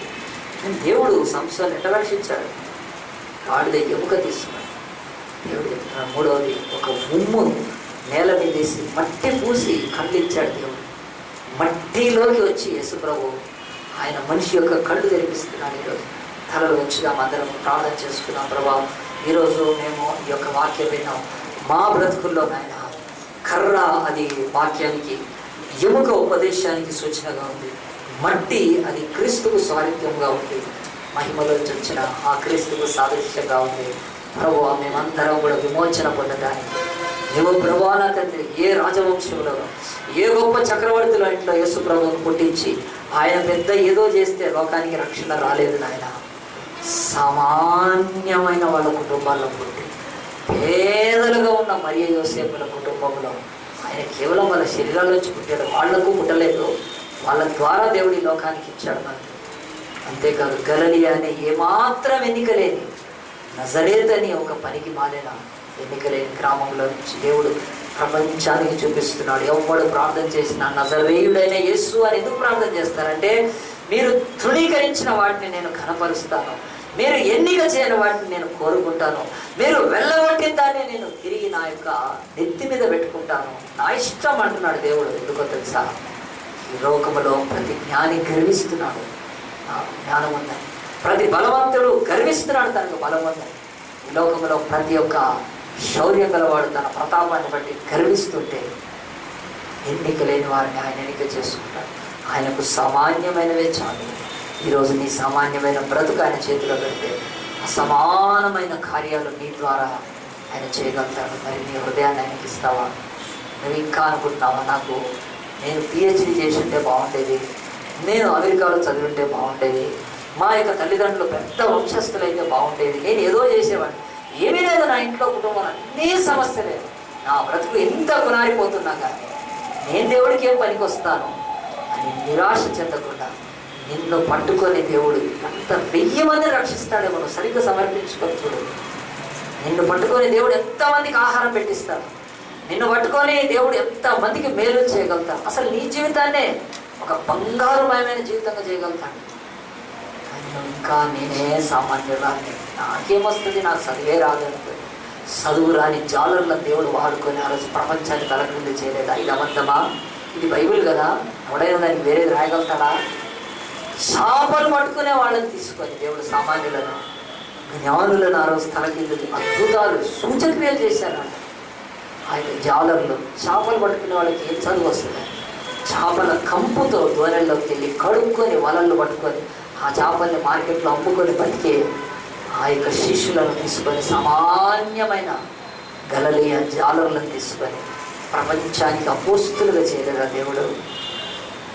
ఆలోచించండి. ఈరోజు మీరు చాలా ఒక తప్పుడు అవగాహనలో ఉండేది. మా అమ్మ ఏదో ఇయ్యలేదు, మా నాన్న ఏదో ఇయ్యలేదు, మా నాన్న నాకు డబ్బులు ఇవ్వలేదు, మా నాన్న నన్ను చదివించలేదు, ఈ మాటలన్నీ కొట్టాలి ఈరోజు అపోహ. దేవుడు అంటాడు, ఈరోజు నీతో ఉపదేశం ఇస్తున్నాను, నీకు క్యాచ్ ఇట్, పట్టుకోదాన్ని. అడుగు ప్రభువుని, ప్రభా నీ ఎవడైనా అబద్ధం చెప్తాడు, అబద్ధం చెప్పవు కదా, ఎవరైనా మోసం చేస్తారు, అని సృష్టికర్త సృష్టిని మోసం చేయడు కదా. ఐ బిలీవ్ లార్డ్, ఇదిగో నా హృదయాన్ని ఇస్తున్నాను, నీ కొరకు గొప్ప కార్యాలు చేస్తాననుకున్న వాళ్ళు చేయెత్తి చూపిస్తే నేను ప్రార్థన చేస్తాను, ముగించేస్తాను. దేవునికి స్తోత్రం, దేవునికి స్తోత్రం. ప్రభా ఈ వాక్యం నాతోనే మాట్లాడాను ఆయన, నేను నీ బిడ్డను ప్రభా నాయన, నన్ను సరి చేస్తున్నాను. నేను బలహీనరాలని, నాకు ఏదో రాదని, ఏదో లేదని, ఏదో నా జీవితంలో నేను తప్పు ఇంట్లో పుట్టానని నాకు నిన్ను అవమానపరుస్తూ వచ్చాను ప్రభా. కాదు నాయన, నువ్వు గాడిద ఎముకను వాడి నాయన 1000 మంది నుంచి విడుదలించావు, ఒక కర్రను ఒక దేశంలోంచి ప్రజలను బయటికి నడిపించావు, ఒక ఉమ్ము మట్టి కలిపి ఒక గుడ్డివాడికి కన్ను తెప్పించావు. నీకేముంది ప్రభా? అసలు లోక రక్షణే సిలువలో జరిగింది.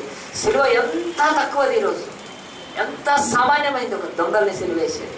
కానీ అదే లోకానికి రక్షణగా స్థాపించాడు. ఈరోజు ప్రపంచంలో 201 దేశాల సిలువను మొక్కాల్సిందే, ఆ సిలువలోని క్రీస్తును ఆరాధించాల్సిందే. అలాంటి సామాన్యమైన ఆ యొక్క వాటిని వాడుకున్న దేవుడు నిన్ను వాడుకున్నావు. ఇంకెవరైనా ఉంటే దేవునికి ఇస్తాం, దేవునికి ఇస్తాం, దేవునికి ఇస్తాం, దేవునికి ఇస్తాం. చేతులు తెచ్చివేద్దాము, ప్రార్థన చేసుకుందాం. మహోన్నతుల పరిశుద్ధుల ఈ యొక్క మధ్యాహ్న కాలం వేళ నాయన నాతో మీరు మాట్లాడినందుకు స్తోత్రాలు ప్రభా. మంచి దేవుడో ప్రభా, నాయన వాకించడం బలపరిచే దేవుడో కనుక నీకు సామాన్యమైనవే చాలు ప్రభా. నాయన నేను ఇచ్చేదైనా సామాన్యమైన కానుకలైనా, నేను చేసే సామాన్యమైన ప్రార్థనైనా, నేను చేసే సామాన్యమైన ఆరాధనైనా తండ్రి అది నాయన నీకు మహిమను తెచ్చి తీరుతాయి కనుక ఇంకా మాకు అది లేదు ఇది లేదని మేము నీకు దూరం కాకూడదు. మా సామాన్యమైన బ్రతుకులను నీ దోషితుల్లో నీ చేతిలో పెట్టి ప్రభా మేము అసమానమైన కార్యాలు చేయడానికి ప్రభా ఓ ప్రభా ఇష్టపడుతున్నావు ఎరిగి నాయన నీకు సమర్పించుకోవడానికి సహాయం తెచ్చు. ఇక్కడ కూడా వచ్చిన వీళ్ళందరూ కూడా ప్రభా నాయన అయ్యా మరి ముఖ్యంగా తండ్రి తీర్మానం చేసుకున్న బిడ్డలు నాయన ఇక ముందు ప్రభా వాళ్ళ జీవితాల్లో అపోహను తొలగించుకోలేరు కాక నాయన అయ్యా వారికి నాయన ఆస్తులుంటే ఏదో చేసేవాళ్ళని, చదువు ఉంటే ఏదో చేసేవాళ్ళని, కులం ఉంటే ఏదో చేసేవాళ్ళని, ఇంకేదో ఉంటే ఏదో కాదు, ఏమి లేకపోతేనే దేవుడు ఎన్నిక చేసుకుంటాడని ఈరోజు నమ్మి తీరి నాయన వాళ్ళు జీవితాల్లో గొప్ప వాళ్ళు ఉంటుంది నాయన. వీళ్ళు చర్చలు ఆరాధించి ఇంకెక్కడికి వెళ్ళిపోయినా నాయన ఎన్ని ఏళ్ళైనా నాకు కలిసినప్పుడు దేవుడు నన్ను దీవించాడన్నా, మాస్టర్ నన్ను దేవుడు బ్లెస్ చేశాడని ఒకరోజు నేను సాక్ష్యం వినాలి కదా. వాటి గొప్ప కృపలకు నడిపించుకోవాలి. ఈ వాక్యాన్ని ప్రతి హృదయంలో నీరు పోసి నారు పోసి నిరంతరంగా మీరే ఫలింపచేయాలి. ఈ కొద్ది మనవులను ప్రార్థన త్వరలో మా కొరకు రాబోతున్న నజరేయుడైన యేసు నామములో అడిగి వేడుకుంటున్నాము తండ్రి.